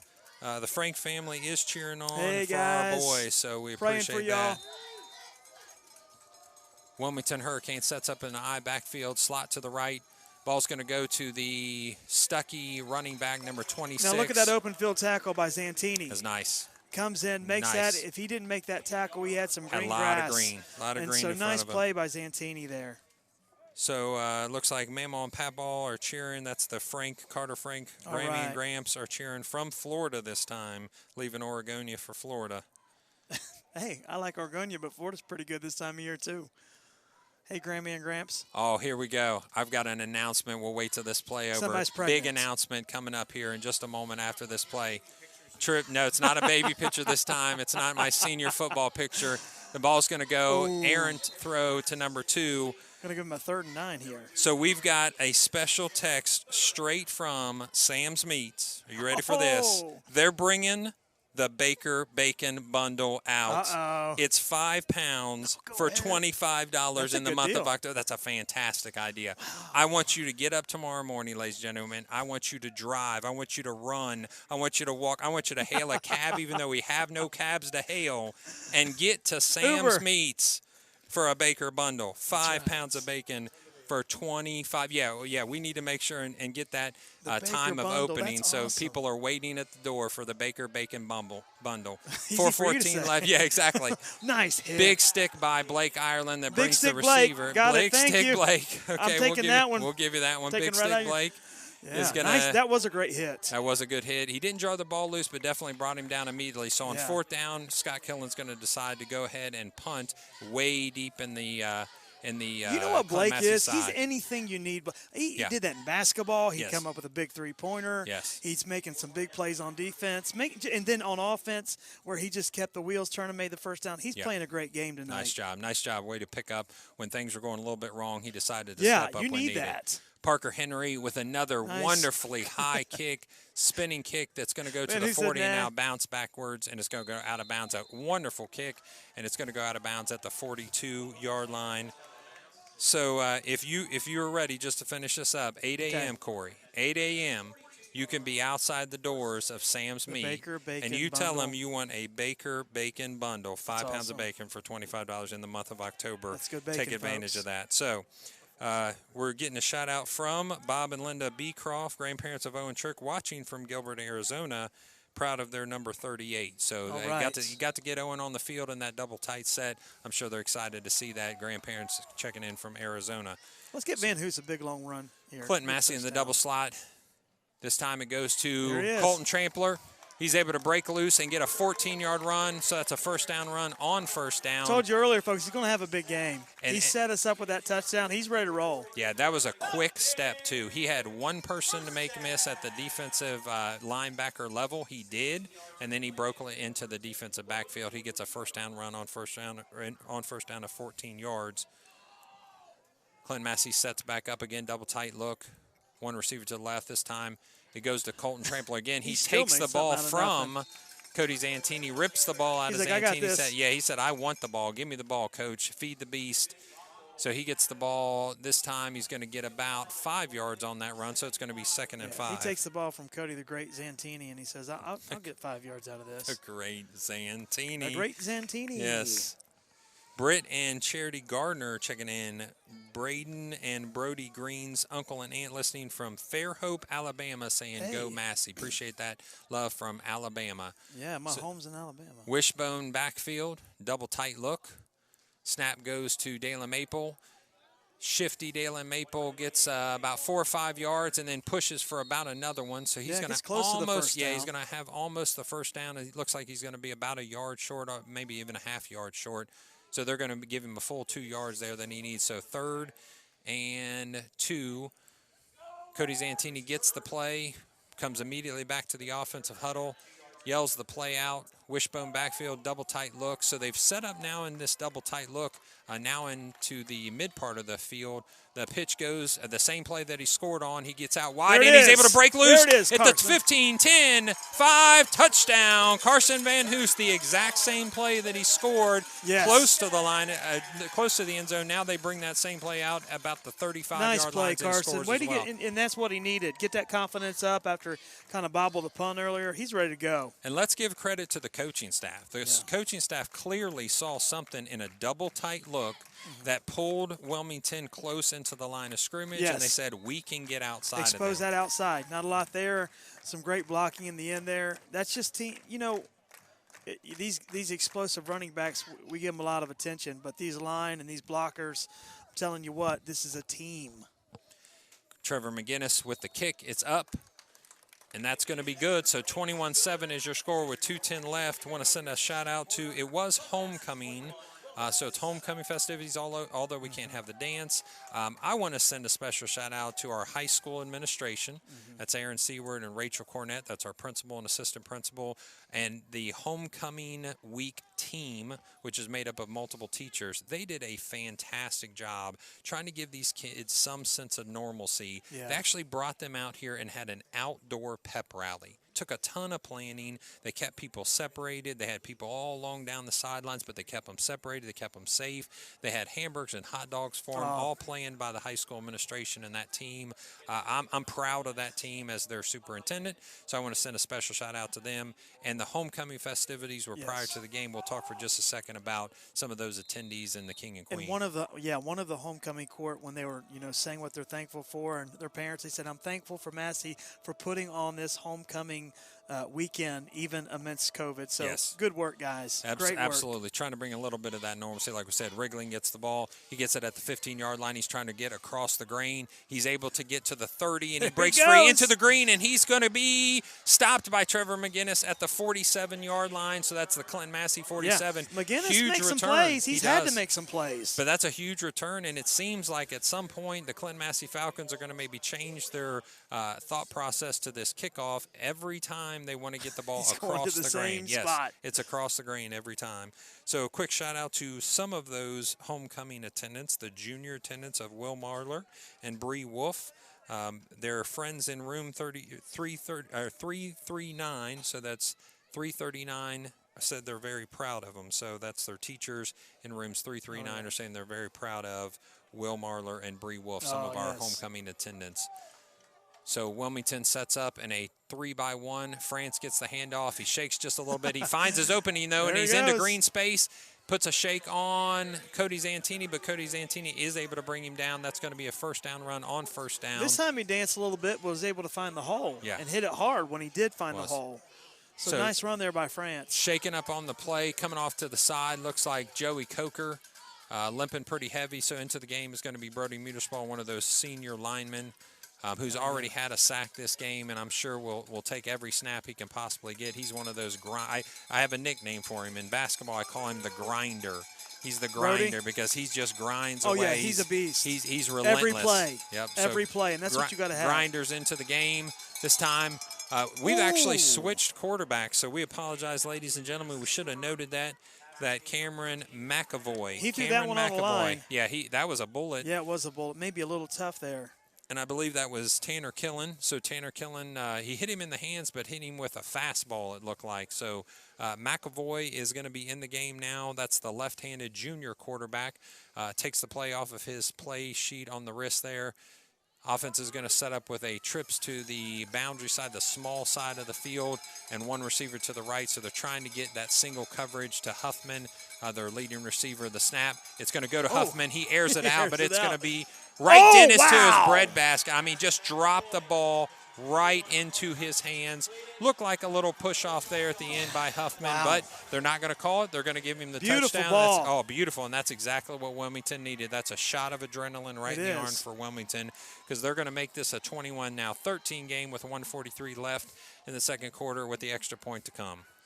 If that was a beautiful pass, if nothing was happening, I'd break out old Cheesy McCovey. But, Cheesy. But they made it happen there, and he just dropped that on a dime. Wow, that's beautiful Parker pass. Henry with the kick. It's up, and that's going to be good. So it's going to be 21-14. It's going to be a one-score game with 1:43 left in the second quarter. If you're Clinton-Massey's fans, if you're Clinton-Massey parents, if you're some of the Clinton-Massey football players, and even if you're the Clinton-Massey coaches, I don't know that you expected this. I don't know that you knew this was coming. And it looks like old Colton Trampler. It looks like he's cramping. Okay, yep. We can stretch those out, but I was hoping it wasn't an ankle or a knee. Yeah, no. He's just going to get stretched out there. Yep. Yeah, they've kind of come out to play, and we've yet to get our rhythm. We've had some good plays, but it just seemed like we take a step forward. It's like a good boxing match going on back and forth. Yeah, I was asked by a few people throughout the week, what do you think this game's going to be? And I said, I think it's going to be a good game. If Massey doesn't come out to play ready to go from the first snap, Wilmington can beat them because Wilmington has the skills. They do have a little bit of youth that could lead to some mistakes, maybe a little fatigue in the second half, but they've got also some senior leaders that Coach Killen had talked about earlier this week when I was able to speak to him, some captains that are vocal, they're leaders, they're excited to be here against Clinton-Massey and maybe go out with a win their senior year after struggling the first three, we'll say. Little squib kick. Big bounce. Goes to Carson Van Hoos. He's going to get up the sideline. He breaks free. He's going to get drug out of bounds at the 36-yard line, 38-yard line almost. You talk about acceleration. He's got it, folks. He hit the gas, and luckily for Wilmington, they were able to grab some ankles and get him out of bounds there. He would have been off to the races with only one man to beat deep into the backfield here. So Braxton Green watching the game after practice, which they could have made it there. So good to hear from you, Braxton. Carter Franks, Paps, and ZZ will be back, hopefully better later. Carter, hang in there, bub, and they're watching from Sarasota, Florida. That's right. So all over the country, we've got people checking in. And Carter Frank has a big fan base. Look at this. Dalen Maple. Yep, nice Dalen run. Maple with a nice run. He goes out of bounds right at about the 50-yard line. So it looks like it's going to be almost first down, or they're going to give him the first down on that first down run. And he's little gimpy getting up, looks like. He's going to go back out, though. So last shot out we have is Shane Garrison from Wilmington Iron and Metal. I'm working hard to make Wilmington work. So a little bit of love spread for the Wilmington Hurricane, or from Wilmington as well. So Clinton-Massey sets up at the 49-yard line, so that was going to be a first down. Looks like at half, for those of you interested, it's 7-0 Blanchester with the lead right now. 7-0 Blanchester over. They're facing East Clinton tonight. Oh, nice tackle there. So that's Caden Clutter coming in for an offensive carry. So hasn't had a lot of carries this year. Yeah, kind of giving the other guys a break because they went both ways. And we took a timeout. We have, looks like it's going to be 2nd and 10. So 21-14 looks like is 9, your score. I guess I'll say 2nd and 10. Yeah, we'll say 1:27 left on the clock with the quarter coming to an end. What are your thoughts here while we have just a second on the timeout for what do you think the Clinton-Massey coaches are going to say to their team? I'll take the Wilmington coaches. I think you've got to motivate them like Wilmington motivated their guys to start. See, here we are. It's halftime. We need to go put the nail in the coffin. We got to come out aggressive but smart. We can't kill ourselves with penalties. And, watching some of our plays, we're kind of backing off, kind of being timid. And some of our plays, we got to stay aggressive, keep our foot on the gas, and just be smart. We'll win this game. But there's a lot of momentum on that Wilmington side right now. If I'm the Wilmington coaches, I'm praising my team immediately for matching the intensity of Clinton-Massey and even bettering the intensity of Clinton-Massey from the very first snap, the very first kickoff return. This time, trips right. Cody Zantini swings the ball out to Carson Van Hoos. Better get it. He's going to drop onto the ground. I don't believe they would have counted that a backwards pass. Yeah, when it's that close, though, I'm saying get on it. Definitely get on it, absolutely. But I think they're just going to call that an incomplete pass. If I'm Wilmington, again, defensive signals being called by Scott Killen. I'm excited. I'm pumped up. I'm saying the same thing. Yep, 3rd 10 from the 49-yard line. So if I'm Scott Killen, I'm saying thank you for matching the intensity. Yeah. Thank you for coming out and playing hard. Take it. We're going to capitalize on any more ball mistakes. After halftime? It should come back to Clinton-Massey because Wilmington did get the first kickoff. Yeah, they had the great run So this time we're going to be trips right with the running back to the right. I believe that's Carson Van Hoos. Cody Zantini's going to roll to the right. He's going to release the ball, and the ball's going to go out of bounds Not usually his thing, but he's overthrown a couple people. It just doesn't feel comfortable for him this evening. Yeah, this season Zantini has been great at. You don't have to give him, we've always said, a lot of reps to put it on the money. Nope. However, tonight this defense has kind of got him rattled to where he's overthrown a little bit.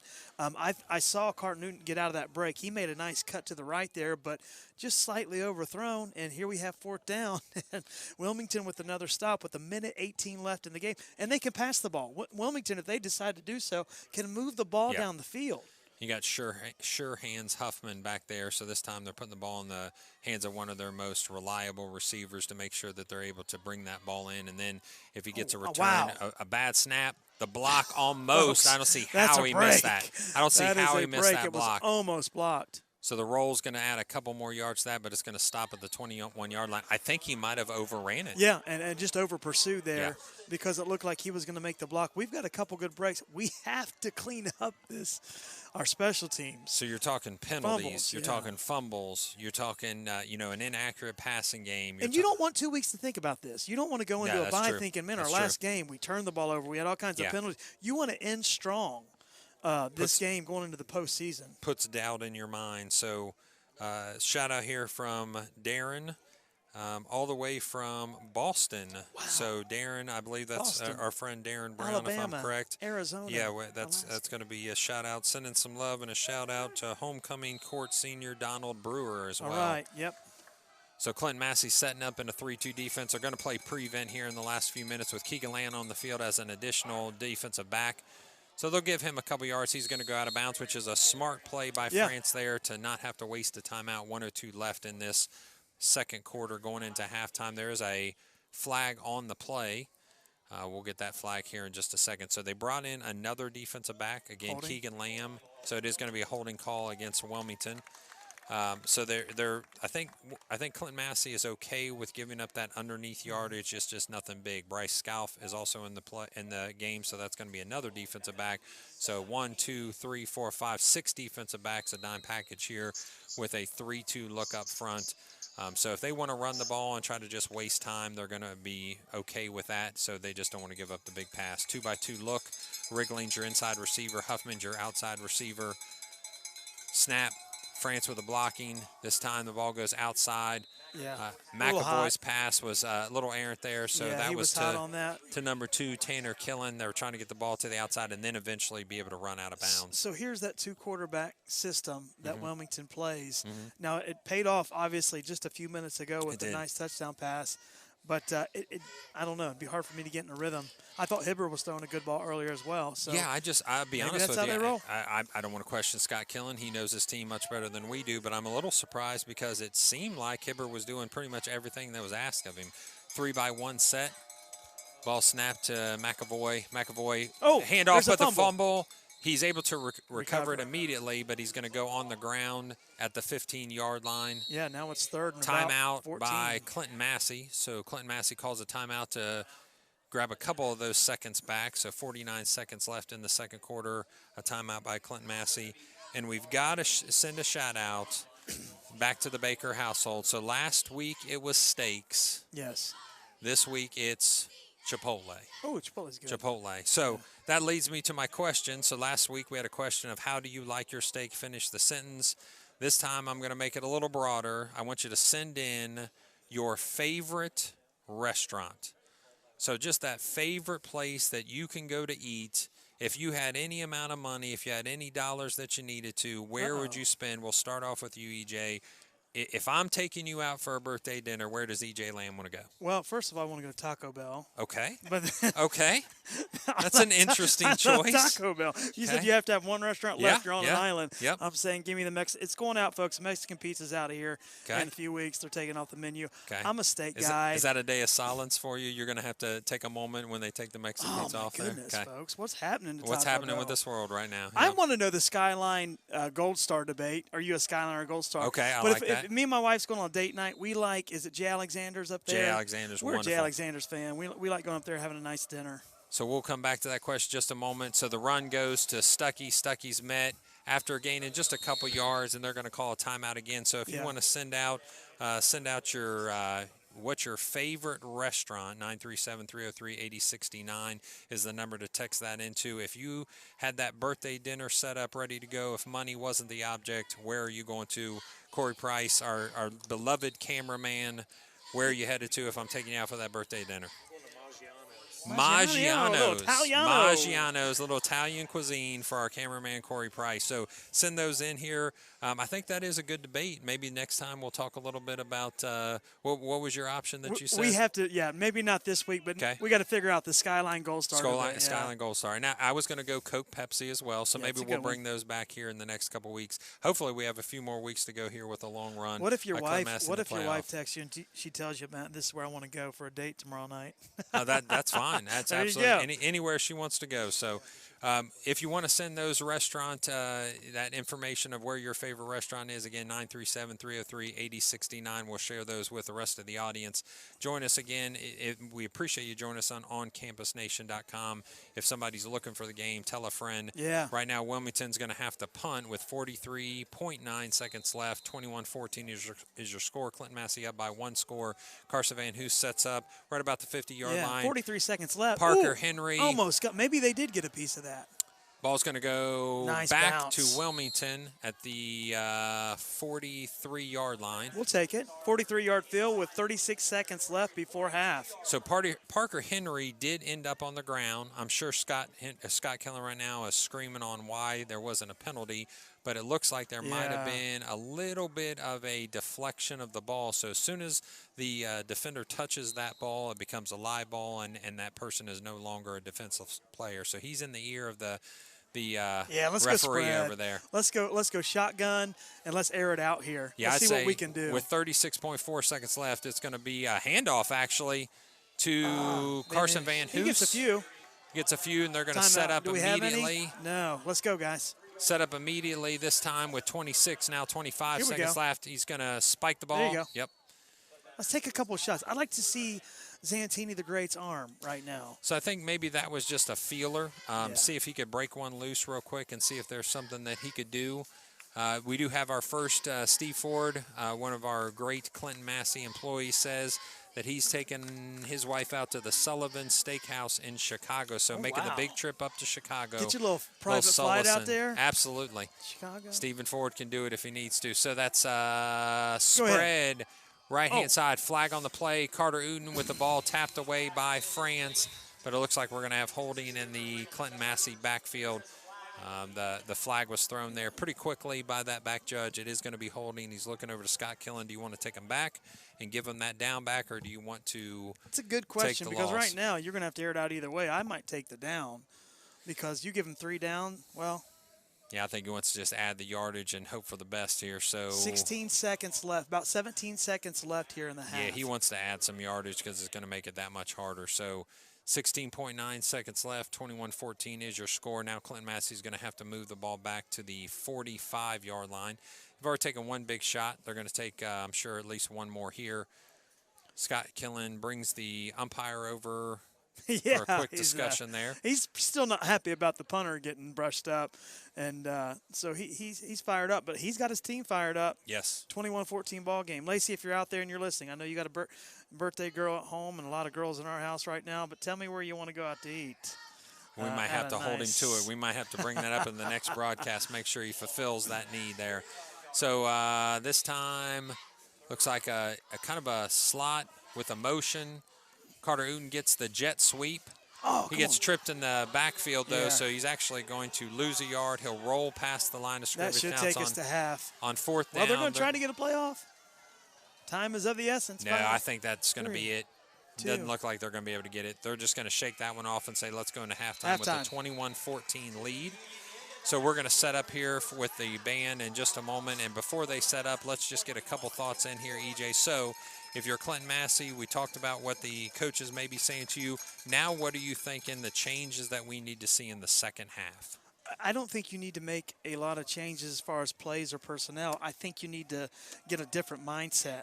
And you got to come in, as you were saying earlier, Killen's going to tell his guys they've been working on coming out of halftime with a different mindset. Well, we need to work on coming out of a mindset. Forget the first half. Let's play Massey football. Let's protect the ball. Do what we do. Let's win this game and just get the mindset change in these players. There's so much talent on the Massey team, and there's no question we can win this game. You just got to get them kind of get their mindset reset. Absolutely. As the band sets up, we'd like to touch base real quick with our sponsor, Sam's Meats. Football fans, stop by Sam's Meats located here in Wilmington, Ohio at 1209 West Locust Street to support a locally owned and operated business.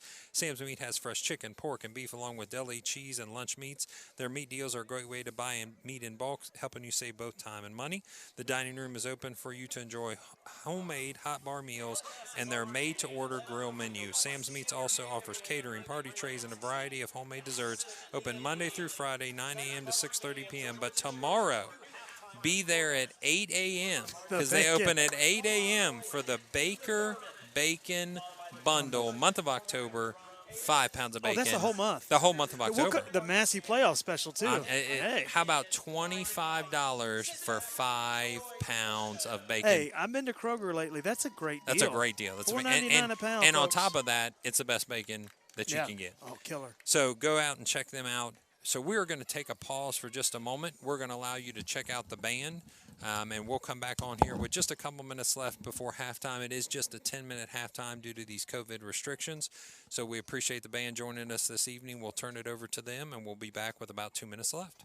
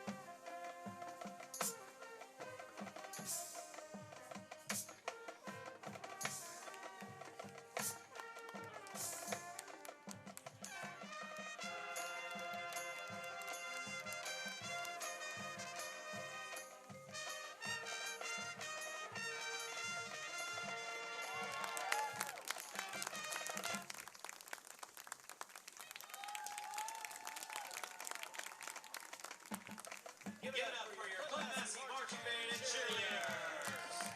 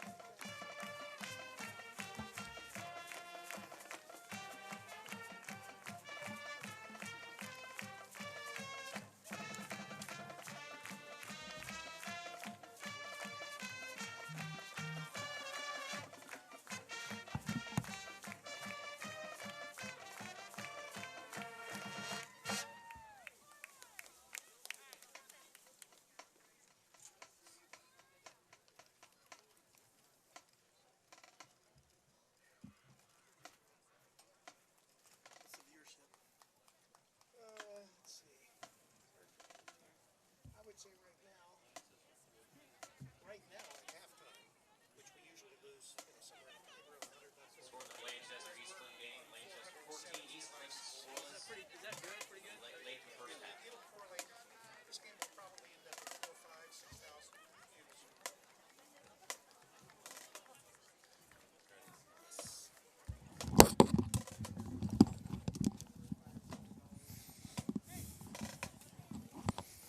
Great job, and thank you to the Clinton-Massey band.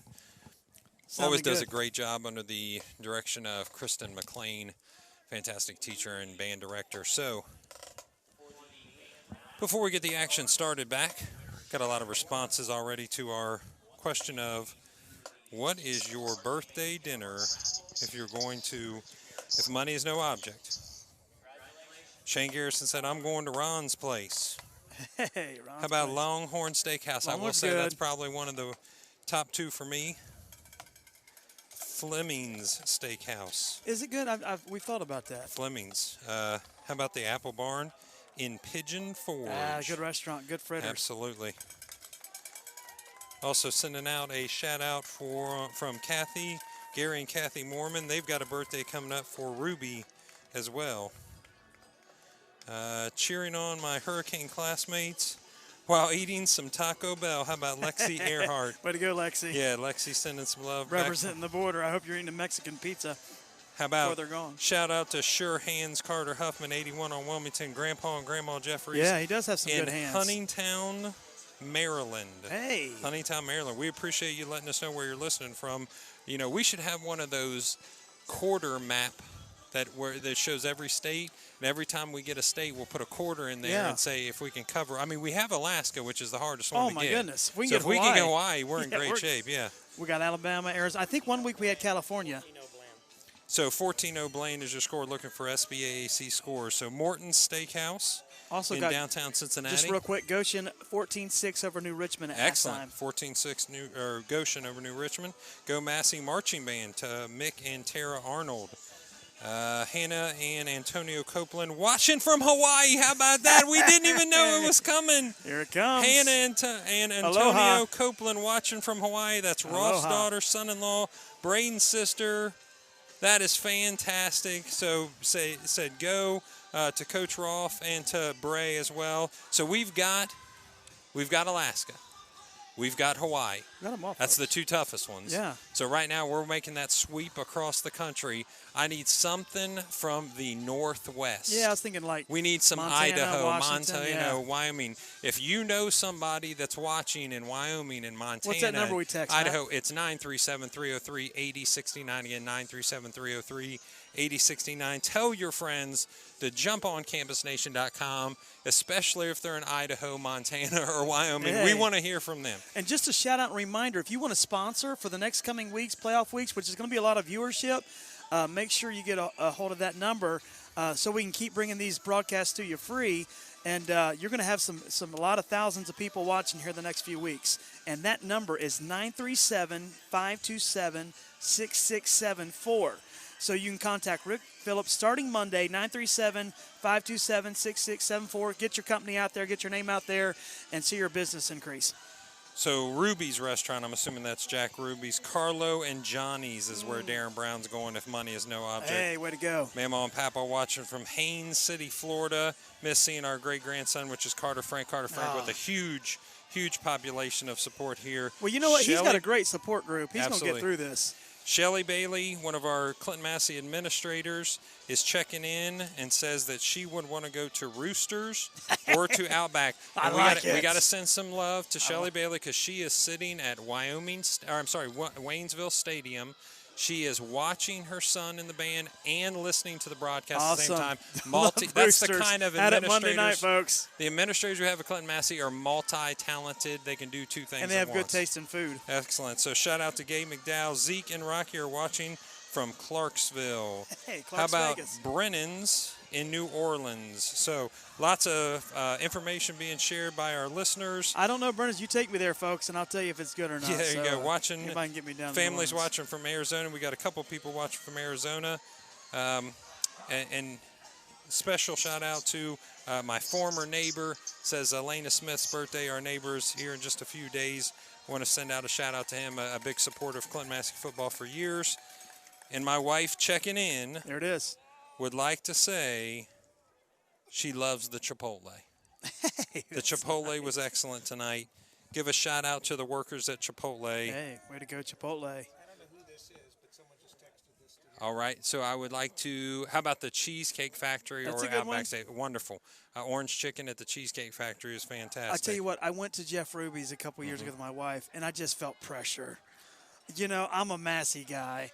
I could wear jeans and boots, and I went to great steak, but I just felt pressure like I was supposed Just to be. wasn't comfortable. Yeah, and we're a little stuffy. But it was delicious. I will say delicious steak. You wanted to be able to say, bring out that steak, y'all, and you just knew that y'all wasn't going to be Bring out in that there. Nacho Supreme. Y'all, yeah, right. I get you. So, all Right. And there was a guy beside me, kind of a cowboy. I'm like, good, I'm not alone here. yeah, there you go.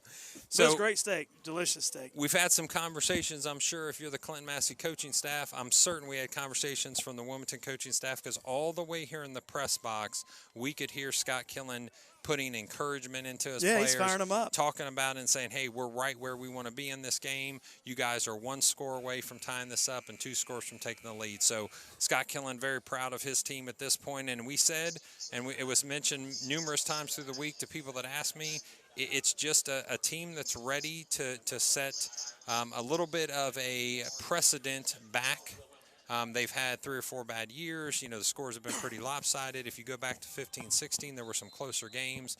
So that precedent of these large-scale victories by Clinton-Massey, they want to knock those back. And So they the got hope tonight. Ball's knocked on the ground got this hope. time. Bryce Scalf breaks you go. through Nice and is run. able to get a nice return. It's going to be all the way to the 47-yard line. He snatched that ball out of midair. He said, give me that rock. Yeah, I'm I like ready that to run." aggression. I love it. I like to come out of the half that way. Let's do that. So build on that. What are we going to see out of Clinton-Massey in this first drive? I'd say they're going to run the ball. They're going to, just set the tone with the run.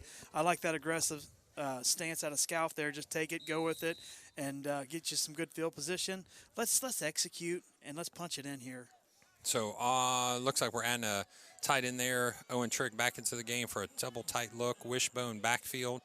Owen Trick, a sophomore, getting a lot of playing time this game. Cody Zantini goes under center. Ball goes to Carson Van Hoos. He finds a little bit of room, but then met by a storm of hurricane tacklers. I was going to say there's a hurricane brewing. Yeah, there is a hurricane a storm brewing. He got a couple yards there, and then they just met him and pushed him back. And, but good forward progress. Got about 3 or 4 yards there.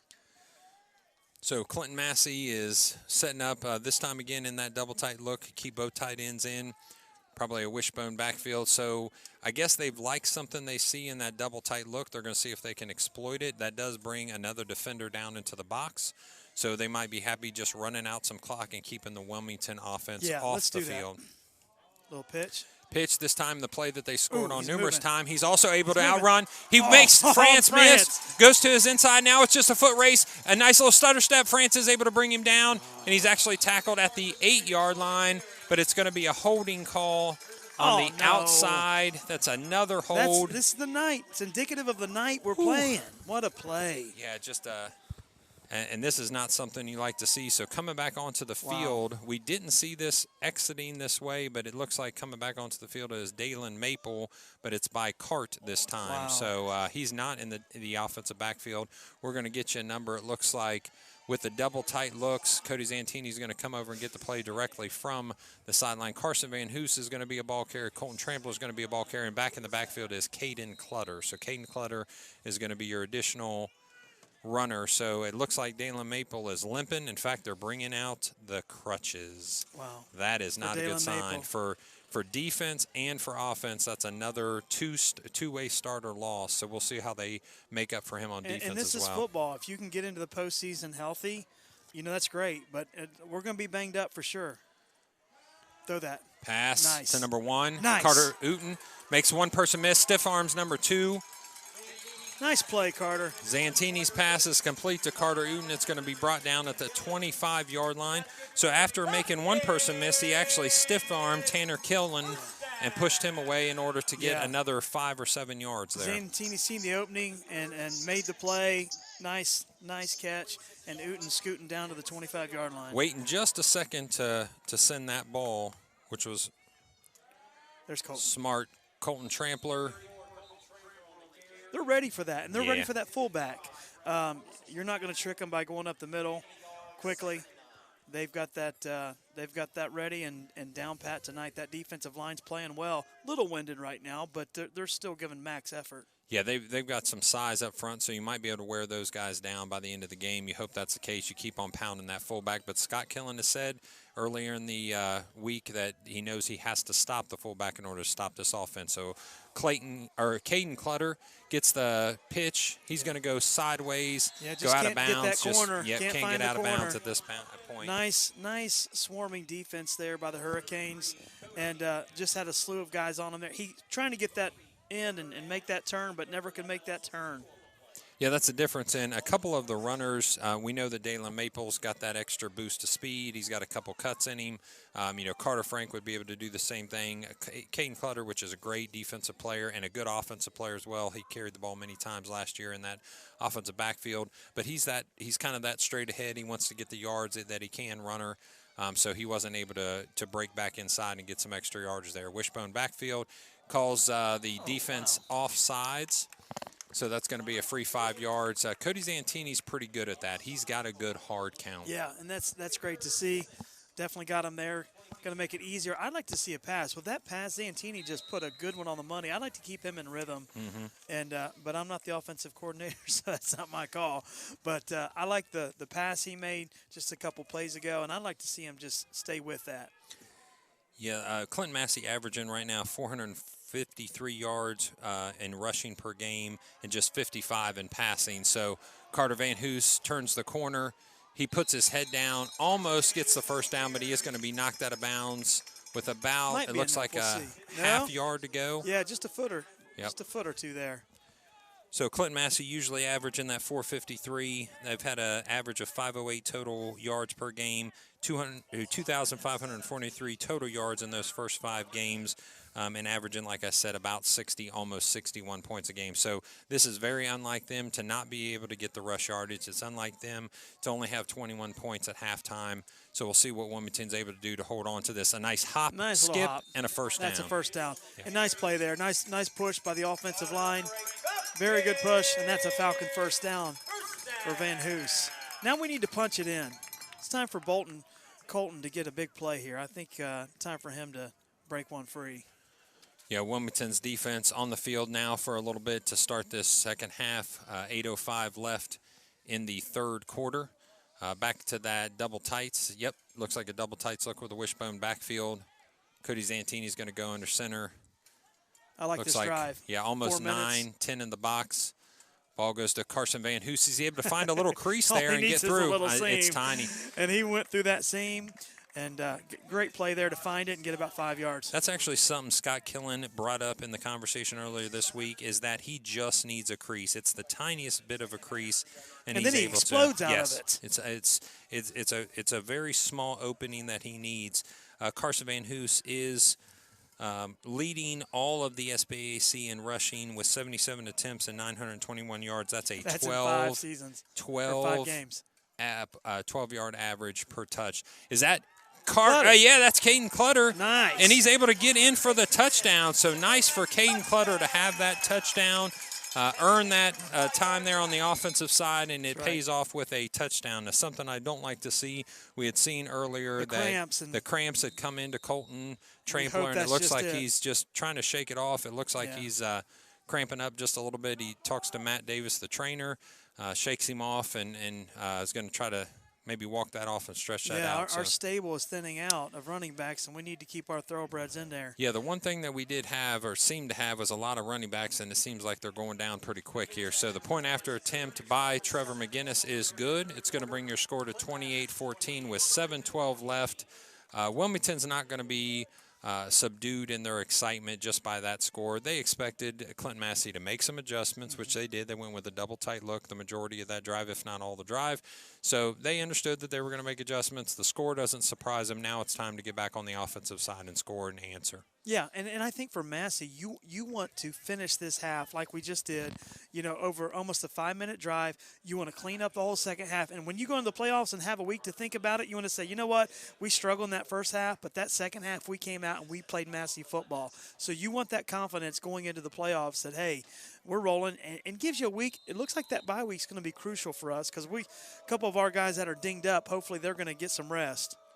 Yeah, Cody Zantini's actually going to take a moment while we're in the kickoff stage and get a water and talks to the defensive coaches for just a second. Again, going across the green is the thought. I'm sure that Scott Killen drove it into the heads of their return Pick it people. up and go left. Absolutely. Go across the green every single time. If he lands on the right, go to the left. If it lands on the left, go to the right. So the Clinton-Massey kickoff team was able to stop that about the 37-yard line. Yeah, but they're finding a seam there every time. Single kickoff. They're finding a seam, and they hit it, and they're getting really good field position. And it seems like it's almost like pick your poison because Wriggling is fast. And if he gets that ball about the 10-yard line, 12-yard line, he's getting back to the 30 and the 40, it seems like, every time. So we're trying to kick a squib kick, but then you're giving up another 10, 15 yards in that. Looks like an offsides. False start is actually going to go on looks like, let's get you a number there, 84. Okay. 84 is Jaden Tackett, a sophomore receiver, gets called for the offsides. Well, and what you want to see for Massey is you want to see the momentum go that way. Get the calls, play discipline. And if you're Wilmington, you want to answer. You want to get right back in the game with the drive here. Correction, that's false start for Wilmington. Ball gets snapped kind of high. Stuckey gets the handoff. Wow. He gets around the corner. He's able to break loose into the green. Nice and he's going to be stopped by, was that Gabe McDowell that brought him down? Yep, Gabe McDowell brought him down on a last-ditch effort at about the went out of bounds actually quite a few yards before that. He almost got stuck. He did, almost got stuck. but he broke through. Nice run. Got outside, now on the 47 of Clinton-Massey's side of the field. And there's momentum. It is. I mean, they needed a big play, and they got one out of Stuckey for that. It looks like Zantini's back into the game in the defensive backfield. You got Gabe McDowell in the defensive backfield. You got Carter Uten, and it looks on the other side looks like Blake Irelan. So they're trying to give Carson Van Hoos maybe just a moment, or they've had to move him. We'll see. Charlie Hale let her rip, gets the ball. Chip. Oh, he's able to bring that down. So Touchdown. That's Huffman. Wow, Sure Hands Huffman. Wow, Sure Hands Huffman's earned his name. And it looked like we had the inside lane on that, and he just made a play for the ball. On top of that, I believe you're going to have a roughing the passer penalty.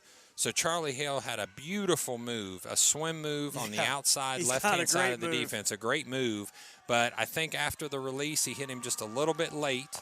So after this score, they're going to tack that on the kickoff. So Wilmington answers emphatically with a long pass. Again, it looks like Carter Uten was in a good spot, but I think we've talked about this numerous times in the broadcast earlier this year. It's height differential that cost us on that one. It is, and kudos to Huffman there for making that play and adjustment on the ball, then shaking off a couple defenders to get into the end zone. But, they exploited it once again, and that was a 40-some-yard bomb. And this quarterback looks good. Yeah, that's Cameron McElvoy with his second touchdown pass. And maybe that's it. You give him a spark. So the point after attempt is going to be set up. Wriggling as your holder. Henry is your kicker. almost blocked Yeah, by looks Blake good. Ireland, but it looks good. So that's going to bring your score to 28-21 with 6:48 left in the third quarter. And not that you needed me to tell you this, EJ, but we got ourselves a ball game. Yeah, and that's kind of cool. You got a good rivalry. It's a fun game. Nobody's leaving. And the fans that are here for Wilmington are pumped up right now, and they're excited.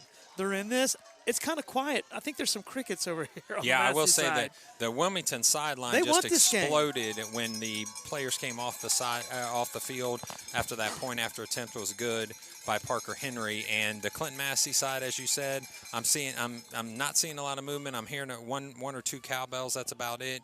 But I think there's some genuine concern growing from the Clinton-Massey faithful. Yeah, we just need to do what we do. But like you alluded to earlier, hope is a powerful thing. And they know they can play with us tonight. Absolutely. The breaks seem to be going their way. They answer our long drive. They do what they do. They pass the ball, and they exploit our defense. And it looks like they might be able, with this kicker, to punch it into the end zone. I think they're going to squib it. I think that's going to be an onside. Why not? I think it's going to be an onside, yeah. Even at 10 yards, yeah. you're getting the ball at the 35. Yeah, I would do that as a coach. Yeah, if you're Scott Killen right now, there's no reason not to try an onside kick because at this point, like you said, you're minimally getting it at the 35. So because of that penalty, looks like how the ball is teed up just a little bit differently, as picked up by our cameraman. But he is going to go ahead and clear this one out, and it's going to easily go to the end zone. So they're happy. Yeah. They're happy with go ahead and bringing this ball out. And it kind of shows you we don't have to do that. We're going to play Right. with you. We don't have to pull out That's any fair. tricks. That's fair. You know, we can play with you guys, and just saying we don't have to, take that. So we'll see what Massey answers with. I think Massey needs to answer again. I think they do. I think they need to come out here and answer them. So Clinton-Massey set up.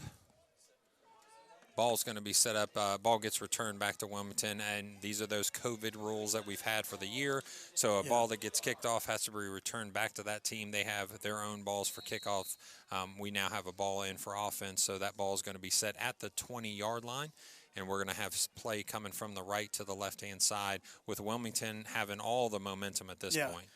You look back on these years and say, hey, remember when we went to the playoffs and your buddies, 10 years on the road say, yeah, man, but that was 2020. So it's kind of cool that they get to go in the playoffs. So for some of those kids, looks like we got a little timeout. So Massey. Clinton-Massey took a timeout. It looked like they were struggling just a little bit with personnel. Blaine is up 21-0 on East Clinton for those that are interested in our SBAAC league colleagues over there. And looks like Blanchester going to start running away with that one against East Clinton. East Clinton, I'm sure, is a little bit disappointed in their season. I know it was a shortened season, but they had such a great year last year. They were excited about getting started back. Their numbers were up.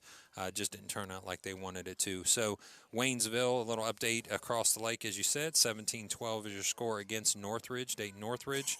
So the Waynesville Spartans are up. So trying to end their year with another win. I think one thing, of all the, you hate to see the tragedy of COVID hit some families, but one good thing that people might enjoy is the playoffs. Hey, my team's going to the playoffs. We got a chance. Trying to make something good out of something very bad. Yeah. So it looks like a single back. Donald Brewer goes into motion. The veer look is stopped immediately by Wilmington. And I'll tell you, Colton Trampler's limping so heavy, I'm not sure he's much of a benefit to anybody in the backfield at this point. So looks like they tried to. Maybe it's more than cramps. Yeah, they tried to motion a receiver out and try to gain some misdirection there. Didn't work. And Wilmington Hurricane was immediately ready for it. So coming back onto the field is Caden Clutter. Also Cody Zantini, so he breaks the huddle with the play, and it's back to the wishbone backfield. We got Clutter, and we have Carson Van Hoos. Yeah, that's about it. So double tights is still the look for Clinton-Massey. This time it's going to go to Clutter. He's running hard. Yeah, he is. He's running hard He's tonight. putting his shoulder down and getting Hats some off yardage. to him. Yep. So he says, Coach, if you need me, call my number. I'm ready to go. Offense, defense, doesn't matter. What's crucial in a game like this is a team that knows you, kind of knows your plays before you're running it, is you have to execute. Because if you don't execute, they know the play. Right. That's key to games like this. And Massey, there are downs they do it, and there are downs that look like Wilmington totally read our mail there. Yeah, it's more mano and mano this time. I mean, we know what's coming, so if you can stop us, go ahead. In this case, Wilmington has come up to the challenge so far this game. So no receivers. Yeah, Clinton-Massey with the double tights. They took one guy out of the backfield. That's Carter Uten. He goes into motion. The veer this There it time is. goes Block. to Cody Zantini. He Nice. turns up the sideline. Nice block Nice. by Carter Uten. Nice. Going out of bounds. Number 3 meets Cody Yeah. Zantini, and that's Adrian Cody. Adrian Cody, a sophomore receiver, defensive back, met Cody Zantini. Cody and that said, time, hello, Cody. yeah, he definitely had a point to prove on that interaction there He's with fired the number up, 2. Yeah. man. He laid With the number stick 3, on him. Adrian Cody. So timeout for Wilmington. I think Scott Killen with 5:19 left. That's a big play, Matt. That's Yeah, a big play. He just feels like that maybe needed there's a that. conversation, to go. So Scott Killen takes a wise timeout, kind of resets his defense, gets their mindset right, and I think you're absolutely right. Cody Zantini needed to be the spark, and what sparks me is a good meal. So let's talk a little more shout-outs for some of these places to go. If you're going to eat, you got to go. CJ says, Chi-Chi's. Can I get anyone out there to say Are they still was around? one of the greatest places? No, they're not, but The it fried was. ice cream It was was. gone. Oh, fried ice cream was fantastic. Huge fan of Chi-Chi's. So enjoy the Mexican pizza. Now I'm eating a grab-and-go pint from Papsy's Place in Wilmington, best frozen yogurt in Clinton Hey, there you County. go. That's Lexi Earhart checking back in. So she had her Taco Bell. Now it's time for a little dessert. San Diego checking in here. So from beautiful San Diego, Matt and Sheila cheering on Massey, hopefully to There's a some victory California. this evening. Go Massey. It looks like good job. Allison Brown, which is one of our varsity cheerleaders from Mom and Dad at Norris Lake, Tennessee. Enjoying beautiful some place. Norris Lake, Tennessee. The mountains of Tennessee. Clinton-Massey sets up, double slot, single receiver flanker to the right. Fullback is Colton Trampler. He gets the ball on a bad ankle. He goes down with just about a 2-yard gain. It looks like he's slow to get up there. I think he is struggling right now, playing through a tough injury there. About 5 minutes to go here. 5:05 left in the third quarter. Phil Witterman checking in from Marion, Ohio. I'm sorry, that's Bearderman. Yeah, Bearderman. Sorry if I'm butchering names here. Watching from the Elks, 797. And Texas Roadhouse would be a choice for the Dawson Conley connected person Texas there. Roadhouse is yes. good.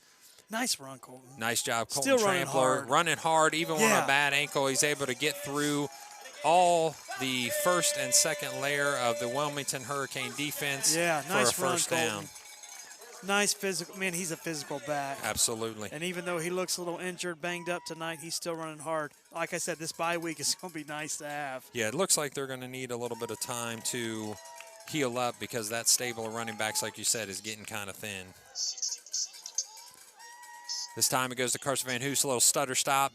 And with that extra space that he gained in the stutter stop, he's able to get about 6 yards on that first down run. Van Hoos is a physical runner, folks. He's not huge as far as size, but man, he runs hard.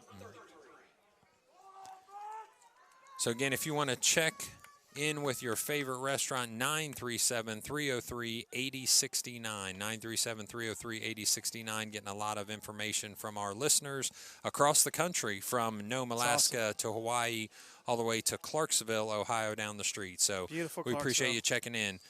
This goes to Caden Clutter. Again, Nice running run. hard, breaks free. He's at the 10. He's at the 5. One dive. He's able to make it into the end zone for another score. That's a fantastic answer Nice by run. Clinton-Massey.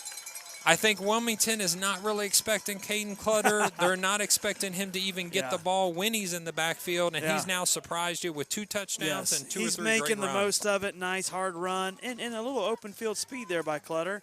And they're looking for 34 and 6. So when number 5 comes breaking through there, they're not necessarily ready. I do. And I he's think making it's the a most mental. of it. Yeah, I think He's it's a making the mental most of thing. it. I think if you're Wilmington's defense, you haven't seen Caden Clutter on film. You're not really hearing about the coaches talking about him. And when he's in the offensive backfield, you're not expecting him to get the ball. So you let your mind go just a little bit when it comes to Clutter getting the carry.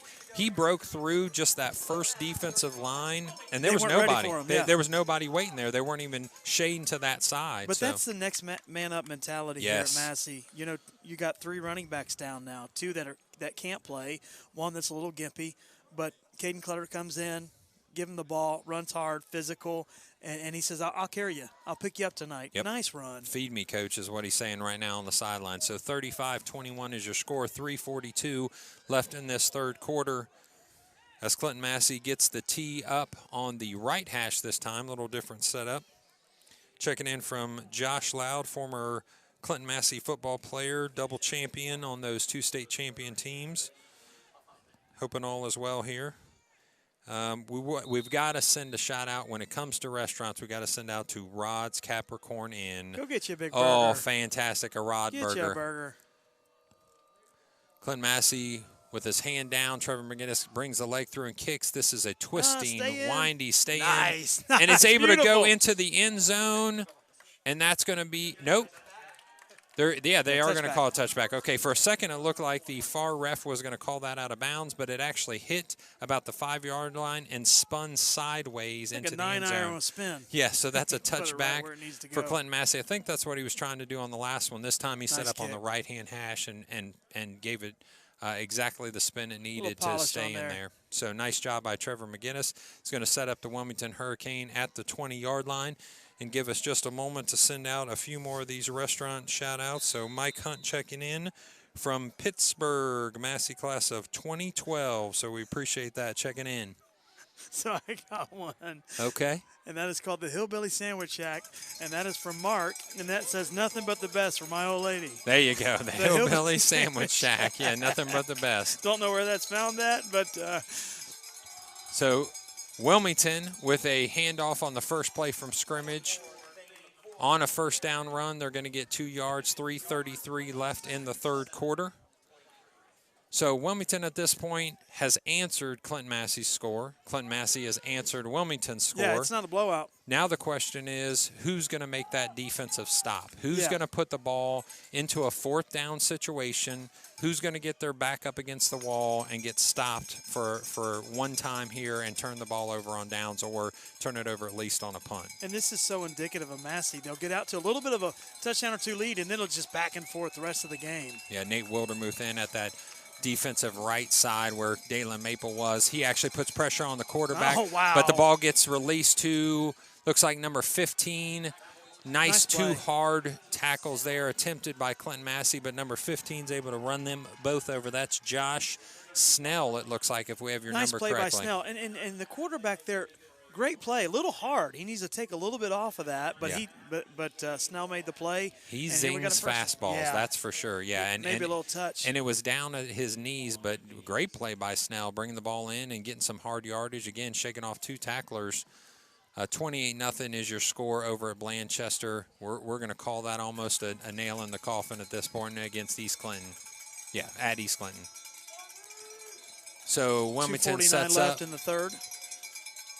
Ball goes, I believe that's Nah, going to be to not either today. either to Stuckey or to, that might be to the other running back. That's more the 24. That's Thane McCoy, sophomore running back. That's the guy that Coach Killen kind of described as his shifty back. Yeah, well, he met the defensive line of Massey there, and they stood him up for no gain. This defensive line's playing great, and he ran into a wall right there. Yeah, Thane McCoy has 28 attempts for 195 yards. He is averaging 7 yards per carry and has a 66 yards, so he has broke a long one for a touchdown. Again, the defense set up for Clinton-Massey, a 2-by-2 look. Looks like a false start by McCoy in the backfield. So he got started a little bit early. They're going to take that one back for 5. Yeah, and now it seems like what's plaguing Wilmington is what plagued us. You get a few yards, you get a first down, you get a penalty, and you just can't get your momentum going. And so now the pendulum's swinging the other way, and hopefully Massey can build on this, get a stop here. If you're Scott Killen, you're looking at a defense that has a sophomore that hasn't had a ton of playing time, especially on defense, and Gabe McDowell in the defensive backfield. You got the starting quarterback in the defensive backfield. I haven't seen Carson Van Hoos on defense. So see if you can see AJ if he's on that sideline there. Coming up and making the play there is number 1, Carter Uten. So for some reason, Van Hoos hasn't played the last couple series. Now he is going in. So and it might be to give him a break. I so think it he's has to be, fresh. yeah. You got one. Well, you got a couple good backs, but one that's completely healthy. One of your normal starters, they may say, okay, we got to give him a blow, so he's fresh. Bryce Scalf coming into the game. Carson Van Hoos coming into the game, Keegan Land coming into the game. So that dime package that we talked about, dime for football terminologists would be that 6 defensive backfield. You've got 3 defensive linemen, 2 ends, and 1 guy in the middle. That's going to be your sophomore transfer from Welton, Leighton Bell. We should touch base on that in just a second. Leighton Bell is a former Wilmington player and student. McAvoy scrambles, but he's going to be brought down way before the first down. And I'll tell you, we were just talking about Leighton Bell. I watched him on that play. He's not happy right now, and I'll tell you why. He came in, tried to make a move. He lost his balance, and the offensive lineman not just hit him down, but then landed on top of him. They got something to say with to an him. extra, they got an extra little push on purpose for that one. So I'm sure Leighton is going to be upset and wanting to prove a little something on this next defensive series. From Wilmington. From Wilmington. So he was a Wilmington football player last year, and then this year transfers over to Clinton-Massey because they use the OHSA rule where he actually lived in Clinton-Massey, so he's able to come back to his home in Clinton-Massey and transfer. You get a one-time transfer back to your home. The block by Cody Zantini. Nice. And he picks up the ball, lands on it, right. and that's going to be a recovery on the 15-yard line. That's your starting quarterback, ladies and gentlemen, that just blocked a punt. He's pumped. Zantini the Great. Zantini the Great with a blocked play. punt. I mean, you just don't see that, ladies and gentlemen, very often. When does your quarterback block a punt? Yeah. Hopefully it wasn't on his throwing hand. Beautiful. So Beautiful. He took a blow to the back of the head, so immediately his helmet comes off. Wow. He's going to check. He's still pumped, though. He's going to check for another helmet. There's something wrong with the back of his helmet. He might have had a pop of an airbag in the back of his helmet, and they're going to call this into play. But right now, it looks like Clinton-Massey is going to call a timeout. So they're going to take just a second, find the right helmet for Cody Zantini. That's leadership. That's leadership out of your junior quarterback. Unbelievable. There. I mean, what a play. Making a play on special teams. What a play. He said, you know what, guys, the night's not going well. There's some mistakes that we've made, but I can make a big, huge momentum swing if I, the starting quarterback and a free safety, have been playing the whole game. How about I go block this punt? And that's it. That's the Massey team mentality. I'm telling you, coaches, players, watch that. Your quarterback's playing special teams, and he gives it everything on a special teams play, blocks the punt, and gives his players a chance down here in the red zone of Wilmington. That's team play right there. That's a will to win that you're not going to see in high school football every single game that you watch. That's a will to say, I'll put you on my back. On special teams, that's right. Coach. It doesn't matter. I don't care. I'll go make a play. He must have seen something that he liked because if I remember correctly, he hasn't been on any kind of punt block or punt return to this point. So he says to the coach, hey, if it takes me going in there to block this punt, I'll do it. So Clinton-Massey's going to set up. Whatever it takes to win. On the left-hand hash, offensive line comes and gets set. Garrett Vance, the center, sets the ball. Cody Zantini under center with a double tight look. Goes to Caden Clutter. He gets another nice run down to the 7-8 yard line. So Clutter churning like butter tonight. Coming right off of that left-hand side of the offensive line. So and a good push from the offensive line. Absolutely. There. And a sophomore a sophomore tight end with a nice block there. That's Owen Trick. So that's going to bring the third quarter to an end. Clinton-Massey is going to go ahead and let the time expire in the third quarter. 35-21 is your score. You see Clinton-Massey holding up those fours. They know that they're going to be in for a battle in this fourth quarter with momentum swinging their way after a block punt by your starting quarterback. I've mentioned this before. Cody Zantini is an exceptionally intelligent football player. He has a high football IQ. What that means is he can look out on the field and say, Coach, I see something. I see something. Listen. I'm a junior. I'm a 16, 17-year-old kid. I'm seeing something at the field level. Let me go block this punt. And not only did he say it, he fulfilled it. Excellent he job. surveys the play, offense, defense, special teams, finds that opening there. Yeah. After his dad's a coach. Yep. Obviously, it's in the family. Yep. He understands football. Yep. But this kid, when he's out of high school, college, you may see this kid go into coaching because he's got an eye for it and the ability to make the play. There's a difference between saying that we can do it and then going out and doing it. Yeah, I mean, he went out and did it. What does they call like LeBron James having a coach on the field? Yes. You know, he is definitely a coach on the field, no question, on offense and on defense. And why don't you add special teams to the resume as well? Nice play. So but, Cody when you have Zantini, men down, you have DBs go down. It's next man up, and there it was Zantini playing special teams. So, nice play. And now here they got the ball. Looks like on the 8 or 9 yard line here. So this time they pull out another tight end, put a flanker right. That's Donald Brewer. Snap goes to Carson Van Hoos. He's hit and driven back by 39. number 39. Yeah, give him some love. Yeah, 39 is Jeff Valentine. Nice That's play, your Valentine. all-league first-team captain. as a junior linebacker, the defensive quarterback, as Killen called him. So this time, Trick goes back into the game. So we're back into our double tight set. He said, I'll give you Valentine's Day in October. Yeah, there you go. He gave it a little kiss, if you know what I mean, for Valentine's Day. So nice penetration, nice drive there. yeah, so that's kind of Wilmington's not giving up yet. a knockback of a couple yards, so it's going to be 3rd down and 4 this time. Caden Clutter gets the ball. He drives one man back, They're getting drops used to his him head. now. Yep, drops his head and is able to push the pile to almost a 1st down, but they are going to call him short. Oh, it looks like they're going to measure. No, they're going to just give it to him. First down. So from this angle, it looked like it was going to be awful close. So now it's going to be 1st and goal, and that's going to be from the 5-yard line. Yeah, nothing so was going, but that was hash. just a push by that offensive line and Clutter just to get the yardage needed. Just Dropped the shoulder. Yeah, lowered the shoulder and went Yeah, after said, it. give me at least one or 2 more yards here. So Cody Zantini jogging the play from the sideline. He's kind of changed his rhythm of how to get plays. I think he said he's going to take out the middleman and just go get the plays himself. So double tight look. Offensive line gets set. Zantini eating up just a couple more seconds this time. Smart play. Ball goes to Caden Clutter. They are expecting that one, but he's able to get at least a yard or 2 on that. So I know they're going to just say back to the line of scrimmage or maybe a yard. Wilmington is giving max effort tonight, and hats off to them and Coach Killen and the whole team. They're playing a great game. You don't want to let them score here. You want to limit this to a field goal if you can, or even turn it over if they go for it on 4th. And you just great effort out of these guys tonight. So if you're Wilmington, are you expecting a pass here? Could you possibly see Dawson Conley on a play-action pass? The ball gets pitched to Carson Van Hoos. Nice blocking. Goes up, dives in, touchdown. Clinton-Massey Falcons on the dive, full extension.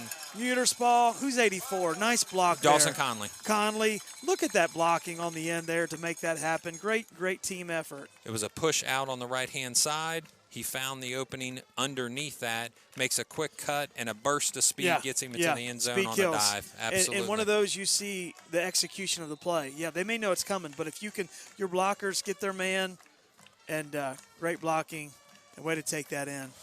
So 41-21, so a 20-point lead with the extra point attempt coming at right now. 10:07 left in the 4th quarter. The hold, it's down. The kick, it's up.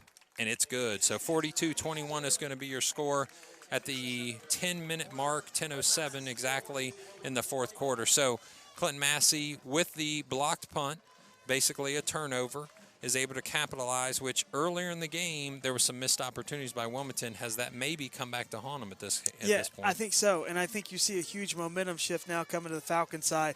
Now it's a 3-score game, 42-21, 10:07 left in the game. And all the breaks that were going wrong for Massey seem to be going right this half. Right. The block punt by Cody. Just some great plays by the Massey offense, defense, special teams. And so that's what you want to end on. Finish strong. Finish this game strong and go into that bye week with some good momentum. Heal up.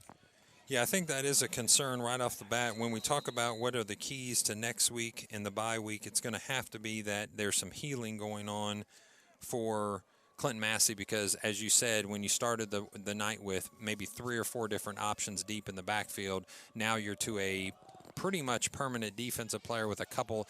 Take it, big boy. Big boy Take gets it. Big boy. He tries to work across. They try to strip the ball, and this fullback. time they bring him down.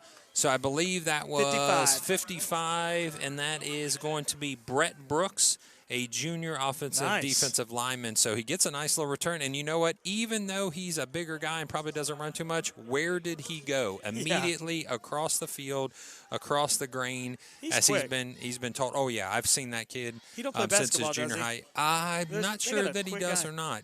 I've seen that young man for a long time. Brett Brooks. Yep, and he said, they're Coach, expecting. Coach, I'm ready to play. That's absolutely right. They're expecting big things from him as they have over the last couple years. Quick feet for sure. So bringing the offense onto the field, they're going to stay with Cameron McAvoy. So McAvoy's still your quarterback, the left-handed junior, with France in the backfield. We haven't called France's number much, so they've kind of gotten away from the run. The mesh doesn't look too good there. McAvoy is going to be on that it's going to be met behind the line of scrimmage. He's going to lose about half a yard. Well, we have just a second. We didn't hear this until now. If you want a great restaurant, how can you leave out the Montgomery Inn Boathouse? Oh, yeah, the Montgomery Inn ribs. Boathouse is excellent. Yeah. Stone family supporting Corton Dole tonight, and their restaurant would be Valley Vineyards. Valley Vineyards right there on 22 and 3. Hello. Looks like hello from Fairborn. Grandparents of cheerleader Allison Brown. Thanks for doing these broadcasts. We appreciate the production team at Campus Nation.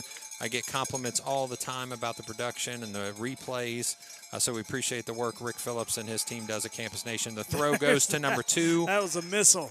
Tanner Killen can't hold on to the Maybe ball. just take a little bit off of that. It's not that he's inaccurate. He just throws throws very fastballs. fast. I mean, they're missiles to the guys, and that's no disrespect to Tanner Killen. I don't know anybody that could have caught that ball. It got on him so quick. So Tanner Killen, Corey Price puts his hand to his chest and said, I would have caught that.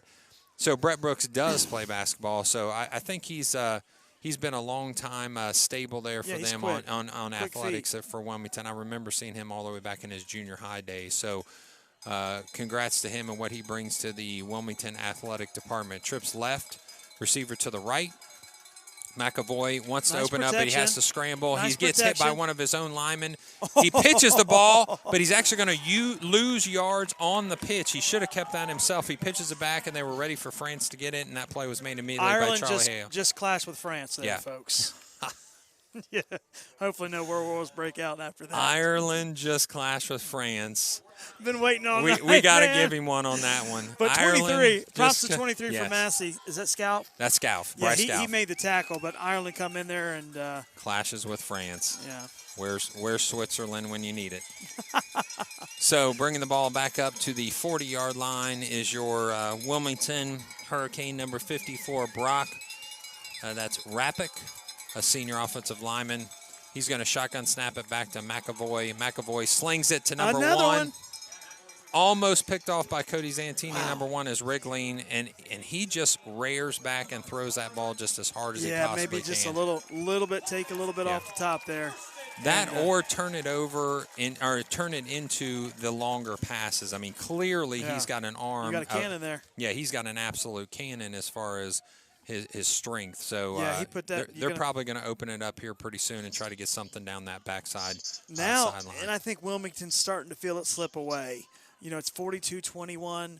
We got they needed to convert 25. there. They needed to convert, if anything, to keep Massey's offense off the field. Massey can put the nail in the coffin with a nice drive and a touchdown here. As things have been going this year, though, I'm not sure even one more score is going to be enough. So Colton Doyle gets met Colton Trampler gets met immediately. Not going down. But he's able to push the pile forward for at least a almost 3-yard gain. Donald Brewer's going to jog off to the sideline, get the play directly from Coach McSurley. He looks like he's going to put in the sophomore tight end Owen Trick back for the double tight look. Cody Zantini huddling up his guys and telling them right now, hey, we've got to take care of business right here and go score. That's another leadership quality. Absolutely. There's no question when he came off that field after the block punt and he got his team fired up. He's the leader of this team. Yeah, I like that out of your quarterback. They're going to follow him and his emotion. Yeah. So Clinton-Massey with a nice tight formation, double tights with the fullback right underneath him. And this time again, the intelligence of Cody Zantini shown by waiting for that back judge to put his hand up. He doesn't go under center. Now he does. Snaps the ball. Flips it to Carson Van Hoos, and he breaks open into the green grass, and it's going to be 10-5 score. Carson Van Hoos. And we hear a little bit of wood with a little bit of nail and a tiny hammer just being touched barely at this point. We're not going to get overexcited. We're not going to get, I think that's definitely hurtful for the Wilmington Hurricane. 48-21 is your score currently with the extra point attempt to come. This is huge. Massey, this is what you want to go into playoff weeks coming up. This is how you want to end with a strong second half. Great run there, great blocking on the end, and Van Hoos just turns around and turns on the Jets. And once he does, you ain't going to catch him. But you also see where you're still vulnerable. There's some things you're pulling out of this game as a Clinton-Massey coaching staff, and you're saying, okay, here's what we've got to fix in the next basically 14 days. Trevor McGinnis with a point after attempt. It's good. And no disrespect to Wilmington. Great team, great effort. But here in a few weeks, you're going to see some spread offenses that can throw the ball. Yeah. And it's going to – we got to lock it down. There's no disrespect to Wilmington because Wilmington's coach said we're still finding our identity. But you're going to hit a team that can throw for 300, 400, 500 yards here in a few weeks. And with our DBs, we're going to have to step up to that challenge. Yeah, I would say Clinton-Massey has definitely recognized that over the entire season, the defensive backfield and the scoring off of passing has been the Achilles heel. The question is, I'm sure attempts have been made to change scheme. Attempts have been made out of necessity to change personnel. What's going to be that final move, that driving force that puts us into a different level when it comes to defending the pass? Yeah, I mean, we mentioned last year we had Oberding was 6'3", 6'2", and some bigger guys. Now we're just kind of outsized in some of these. Yeah, Griffin Lackey the year before was also a defensive backfield journal. So the ball is bobbled by Wriggling. Clinton-Massey players actually collide. Looks like that's Charlie Hale and Dawson Conley actually end up hitting themselves rather than the ball carrier, but the ball carrier is brought down at about the 25-yard line.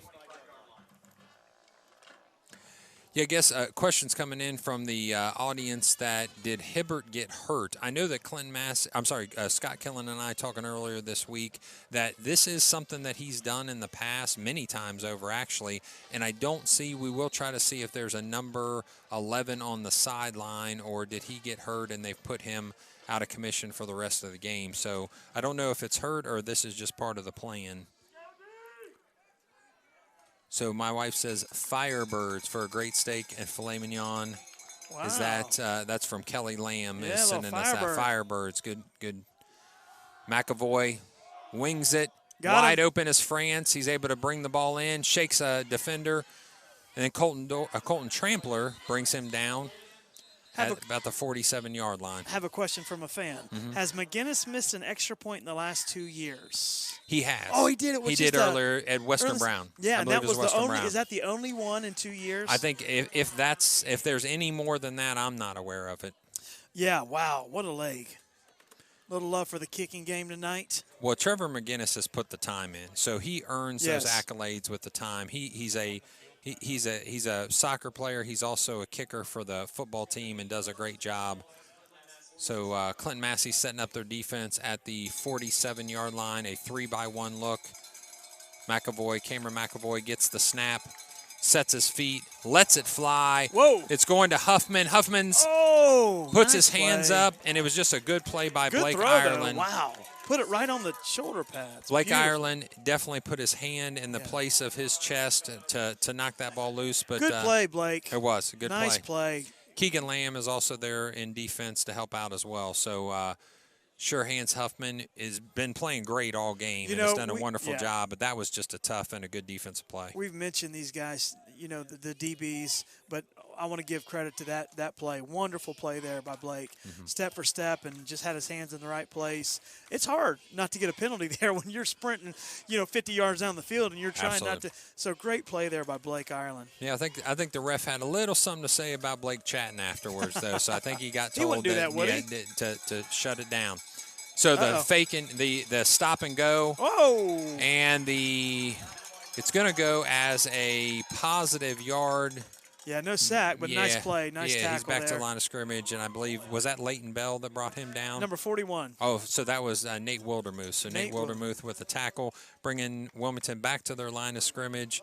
So they're going to set up in a 3rd down and 10 at the Clinton-Massey 47-yard line with 6:23 left in your 4th quarter. 49-21 is your score. Thank you for joining us on campusnation.com.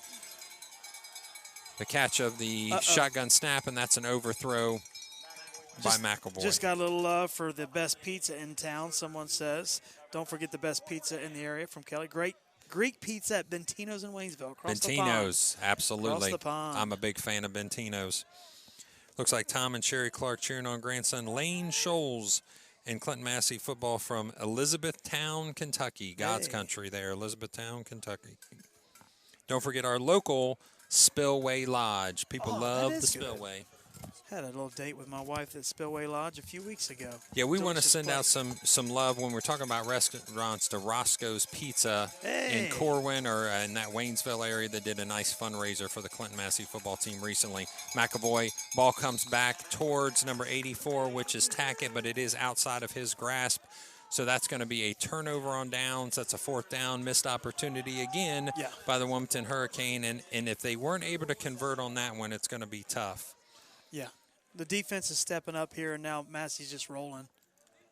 Yeah, Wilmington, McAvoy and Carter Huffman work very well together, just not able to connect on those last couple passes. And we do agree from a listener that sent in that McAvoy has a cannon for an arm, and I would agree. I think he has untapped potential there in that left arm because he can sling it. He is a junior. Okay. He's a junior. So he's got a little time left to make something out of this offense for Wilmington. The ball is snapped. It's faked. And the pass goes to Caden Clutter. Nice play there. Yeah, it bobbles it just a little bit. Good hit right at the right time by France. Nice play by France. And Tackett, I believe, was able to help bring him down and dislodge the ball.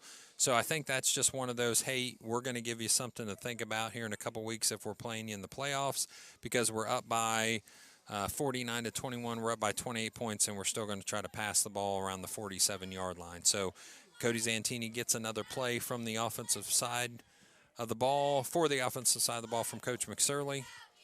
Double tight look. This time he's going to check that referee in the back. Gets ready to put his hand up, and he snaps the ball. Carson Van Hoos. Good blocking. Nice. Able to break loose, and he's going to score another one. He's got one guy to beat. He does a little stutter step. He pushes him off and gets to the corner of the end zone for another score. So Carson Van Hoos with another touchdown. And this time, big nail, big piece of wood, and a big hammer down. I'd say Clinton-Massey has put a nail in the proverbial coffin of Wilmington. And there you see that offense rolling. And, man, they had some halftime adjustments because they look like a completely different team. Yeah. They look motivated and ready to roll. They love the double tight look. Something out of that double tight was speaking to the coaches that said this is the way to go for the second half, because we see something that they're not lining up correctly. And that's the thing about this staff. Think how many years Jeske Zantini, the offensive coordinator, has worked with Coach McSorley. I would think it's fair enough to say they kind of know each other like the back of each other's hands. Man. I'm sure if one saw it, the other one agreed, or vice versa, and they said, we're going to go double tights the second half, and we're going to just shove it down their throat, which at this point they have done, ladies and gentlemen, in the second half with another score. Yeah, you see the great blocking. Line, way to go, offensive line, and all those guys, all the beef up front, them playing good tonight. And here, before you know it, we're scoring our average, 56 points, and with 5:50 to go in the fourth quarter. We have to give some love to Joey Boffman, Lane Scholes, Colton Doyle, Garrett Vance, Big Brody Mutersball. Yeah. Also, Dawson Conley and Owen Trick have done a great job on the outsides as the tight end. But at this point, I think it's fair enough to say the offensive line has taken over the second half of the Clinton-Massey run game. Yeah. I'd like to see those offensive linemen eating at Taco Bell. Yeah, give them some of those cinnamon twists. Get them a couple loaded burritos there after this game, because they definitely deserve it. They've taken over the second about half. 5. I got the party pack nachos. I wasn't joking about Taco Bell for my boys. They ate the whole thing, the whole party pack for a 6 and a 9-year-old. So making Dada proud. Yeah. This Brooks time the ball's going to, yeah, he doesn't want it this time, so it's going to go to Wriggling. Wriggling tries to go across the grain. He does find an opening that gets him to the 32-yard line, but Clinton-Massey is going to bring him down there. Reminds me of Van Hoos. Can get a little seam and roll. Yep. Got a little speed there, can hit a seam. So we talked a little bit before about how some of these players, we talked with Coach Killen, and we know Clinton-Massey would have a similar case where some of these guys are starting to talk about their looks of D3 colleges, maybe some NAIA looks. I know Coach Killen shared with me he's got a couple linemen that are looking at some small schools. I know that the young man that's a sophomore, just the Purdue young man, because of his size and his motor, is also looking at, even as a sophomore, at some college looks. So on the Clinton-Massey side, I think you mentioned it before, Cody Zantini absolutely has that opportunity to play at the next level. It'll just depend on where he wants to play and maybe even what position. I think we all assume that's going to be quarterback somewhere. Yeah, he's got such a good football mind. Yes, intelligent young man, plays the game. And fire. Yeah. And he harnesses that fire, and at the right time, he came off after that block punt, and was getting them pumped up, and just right on time, punched it in after that for a touchdown. So Clinton-Massey with Nate Wildermuth coming off the defensive end. The ball goes to Tackett. Tackett's spun down by the Clinton-Massey defensive backfield. Finishing up a few of these, it looks like the hook and reel, because they got to get some great Cajun seafood. That's from our elementary nurse. Good. Is that up in Centerville? I'm not sure. I've never heard I've of heard hook of and it. reel. Okay. Cajun seafood. I love it. a shout out, EJ, from my lovely wife. Yes. Saying the corny lines are on fire tonight. You're full of them. You know, it's like you brought your A game. You've woken up. I woke up at halftime. So Thanks to halftime, that you made some coffee. adjustments. Yes. You made some adjustments. Drank my cup you of coffee. You said, okay, I've got to get my game going here. I've got to make sure people know who the right. corny Thank you, line Michelle. king is. So Michelle is representing here and saying you've woken up and the fog is gone in the second half. You've taken over. And my wife hasn't texted, but I think she'd say papado, the seafood. And Papado, spring. yes. But right now we have a 13-year-old, 11-month-old teething. She just texted me, said, make sure you don't forget the children's Tylenol. I don't think she's watching the game. Yeah, there you go. She's taking care of 4 kids. So is that McElroy? Oh, nice run. Oh, yeah, he is a shifty back, I'll tell you. Nice run. Brought down after a fantastic run. Number 24 is Thane McCoy. That sophomore running back that we had mentioned numerous times already in the broadcast. So he weaves and ducks and dives and is able to get about 10, 20, 30 yards on that play. Ball's going to be snapped from the Clinton-Massey 39-yard lines. Ooh, high Cameron snap. McAvoy brings that high see snap that, down. There it is. He throws it to Tackett. Tackett tries to make one person miss, but playing that prevent defense. Nice 2-minute offense they got going on here. Yeah, it looks like that was Gabe McDowell on the tackle, bringing that down in the defensive backfield. And I like how this quarterback's marching them down, getting them set. He's making some great plays here. 2 minutes and 30 seconds left in the fourth quarter. McAvoy gets the shotgun snap. Throws it to number 1, but it's going to be intercepted. That's by Gabe McDowell. Big play, Gabe. Big play, Gabe. There it is. Great hands, Interception. Gabe. He just kind of waited on it, kind of overthrew his target there. Yep. And big play, Gabe was waiting on it, makes the play.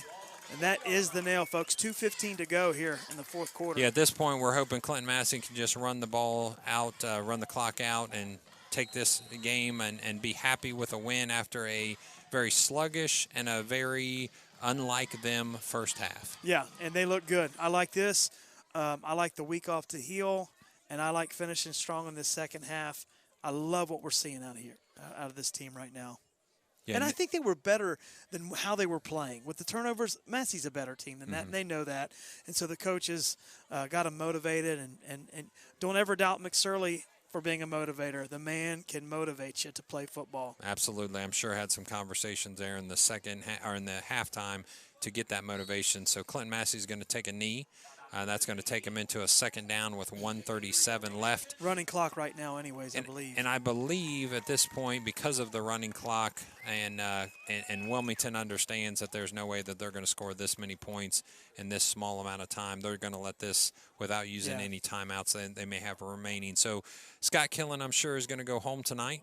He's going to say we played a great first half, and then we kind of fell back into some of our old traditions in the second half, and that was that they felt like maybe just up front they couldn't match them with the intensity of the offensive line. The offensive line kind of took over in that second half and just simply drove the ball down with a quick opening here and there for Carson Van Hoos, and him and Caden Clutter took care of the rest. Massey just executed their will, and that's what you love seeing as Santini takes another knee here. So Hook and Reel is up near the Dayton Mall. That's we had a listener send that in too. So yeah, if you want some good Cajun seafood, we'll give them a little love in the Hook and Reel. So just 38 seconds left before we call this one done.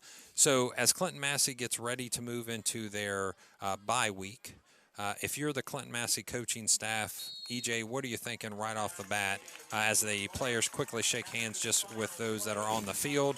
And that's going to end this game. Congratulations to Clinton-Massey ending their regular season at 6-0 with a 56-21 win over Wilmington Hurricane. Well, I think you're grateful that the playoff expansion, even though you get a bye week, you're going to get a lower seeded team. So there's a good chance you can still work on that defense, your passing defense. And so I think you just get healed up and you just get well. You stretch, you stay in good shape for these next 2 weeks, and you got a few weeks to address that defense on that passing defense. Yeah, we want to thank Corey Price, our cameraman, Chad Muterspaw down on the field, giving you your end zone view as well. We appreciate the production of the Campus Nation crew. Yeah, you had mentioned the playoffs. So just for those of you that aren't familiar with the setup this year, everyone that wanted to get in the playoffs can. They had to tell us by September 17th, OHSAA, and we have now the seedings and the placement of each one of those teams. Clinton-Massey will face the winner of Washington Courthouse and Dayton Thurgood Marshall. That will be a game played on 10-10. So, EJ, it is make sure we make our listeners aware that the playoffs for Region 16 Division 4 will be on Saturdays. So playoff games will be on Saturdays. So that does benefit Clinton-Massey. Not only are they going to get one extra day, but playing on Saturday gives them a little more time to heal, not just for preparation, but for healing in this case. So Washington Courthouse and Dayton Thurgood Marshall will play on the 10th, and the winner will play Clinton-Massey here at Frank Ireland Field. The number 1 seed was Clinton-Massey, so that'll be a 10-17 game at 7 p.m. We're hoping to bring you that from Campus Nation, and in order to help us keep these broadcasts free of charge, we'd ask you, if you're interested in sponsoring Campus Nation, to contact Rick Phillips starting on Monday at 937-527-6674. Again, that's Rick Phillips.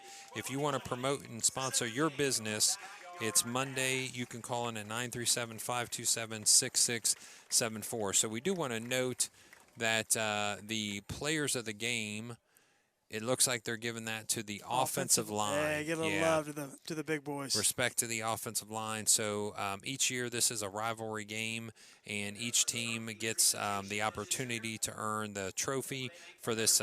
They've called it the Backyard Brawl or the Backyard Battle. So this year Clinton-Massey is going to be able to come away with that trophy. So congratulations to them, and the players of the game are listed as the offensive line. So again, if you want to sponsor, help us keep these free broadcasts, reach out to Campus Nation and Rick Phillips starting Monday at 937-527-6674. So Clinton-Massey will take on the winners of Washington Courthouse and Dayton Thurgood Marshall.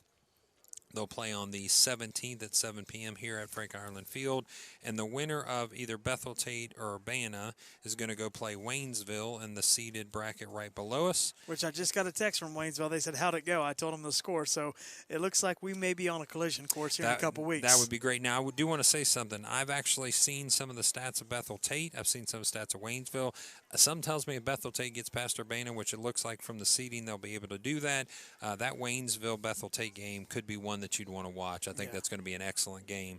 So Clinton-Massey is hopefully on that collision course with Waynesville here in 3 weeks. It'd be 3 weeks here, which is listed as 10/24 at 7 p.m. here again at Frank Ireland Field. Because Clinton-Massey is the number 1 seed, they would play here and against Waynesville, potentially the Spartans or the Bethel Tate Tigers. Now, is there any difference for the fans watching? Is it the same policy, like players get a ticket for their family, no expansion as far as stands? Yeah, unfortunately, they did mention that they were going to review the capacities going into the playoffs.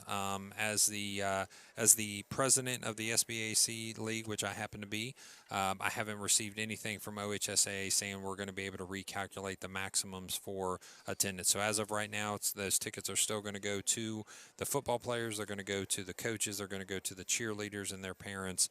And then from there, we'll see if we get the opportunity to expand. And a hats off to all the coaches and players and administrators that made this season happen. Not an easy season to execute, but they did it well. And hopefully y'all are enjoying it and being able to watch this broadcast with us. Yeah, we do want to shout out all the cheerleaders, the band parents, the band members. Absolutely. They've stuck it out through a very hard season. There's so many things that could have gone wrong, and luckily we didn't see a majority of those. So we appreciate the fact that our administrators, our hard-working band members and band parents stayed safe and tried to stay away from each other as much as possible, but still have some spirit in order to root this team along. So after a hard-fought first half, Clinton-Massey comes back and dominates in the second half. Scott Killen, feels like after that first 2 quarters that he was in good shape. What's he saying to his team as he's breaking their huddle there on the 40-yard line? So I assume they opted in for the playoffs? They did. Okay, yeah. You say, hey, let's build on what we did. Right. We had a great first half. They're a younger team. They're still getting their sea legs. But you just kind of motivate them with what happened and try to get them to play all 4 quarters as they go into their playoff game next week. Say, let's play all 4 quarters. But we hung with one of the best teams, the best team in the conference. So we know we can hang with them. So we do want to note that Marietta will play at Wilmington on 10/9, so that'll be next Friday night at 7 p.m. That game is going to be brought to you by campusnation.com. Also, you're going to be able to see the East Clinton at Madison Plains game, which is the next night on 10/10 at 7 p.m., also at campusnation.com. We appreciate Campus Nation and the production team there, Rick Phillips and all his good people at Campus Nation that does a great job for us. So we're going to sign off here. EJ, we appreciate you joining us for this regular season. Hopefully we'll have some time still left in the playoffs. We appreciate the coaching staff for what they've done, keeping this team healthy and together. They've got a little bit of healing to do coming into this bye week, but another successful win and another successful SBAAC championship Conference for the champs Clinton-Massey. 2020. Yeah, so you heard the yell at the end there. The SBAC championship is in the pockets of the Clinton-Massey Falcons, undefeated in league play, undefeated for the year by beating Kettering Ultra in the first week as well. So 6-0 is all you can ask for your team to do in the regular season. Get set up, get healed up for the playoffs, and then we'll see what happens. Appreciate it, ladies and gentlemen. Signing off here, Matt Baker and EJ Lamb. Appreciate your time this evening. Stay safe. Have a great one. We'll see you in a couple weeks.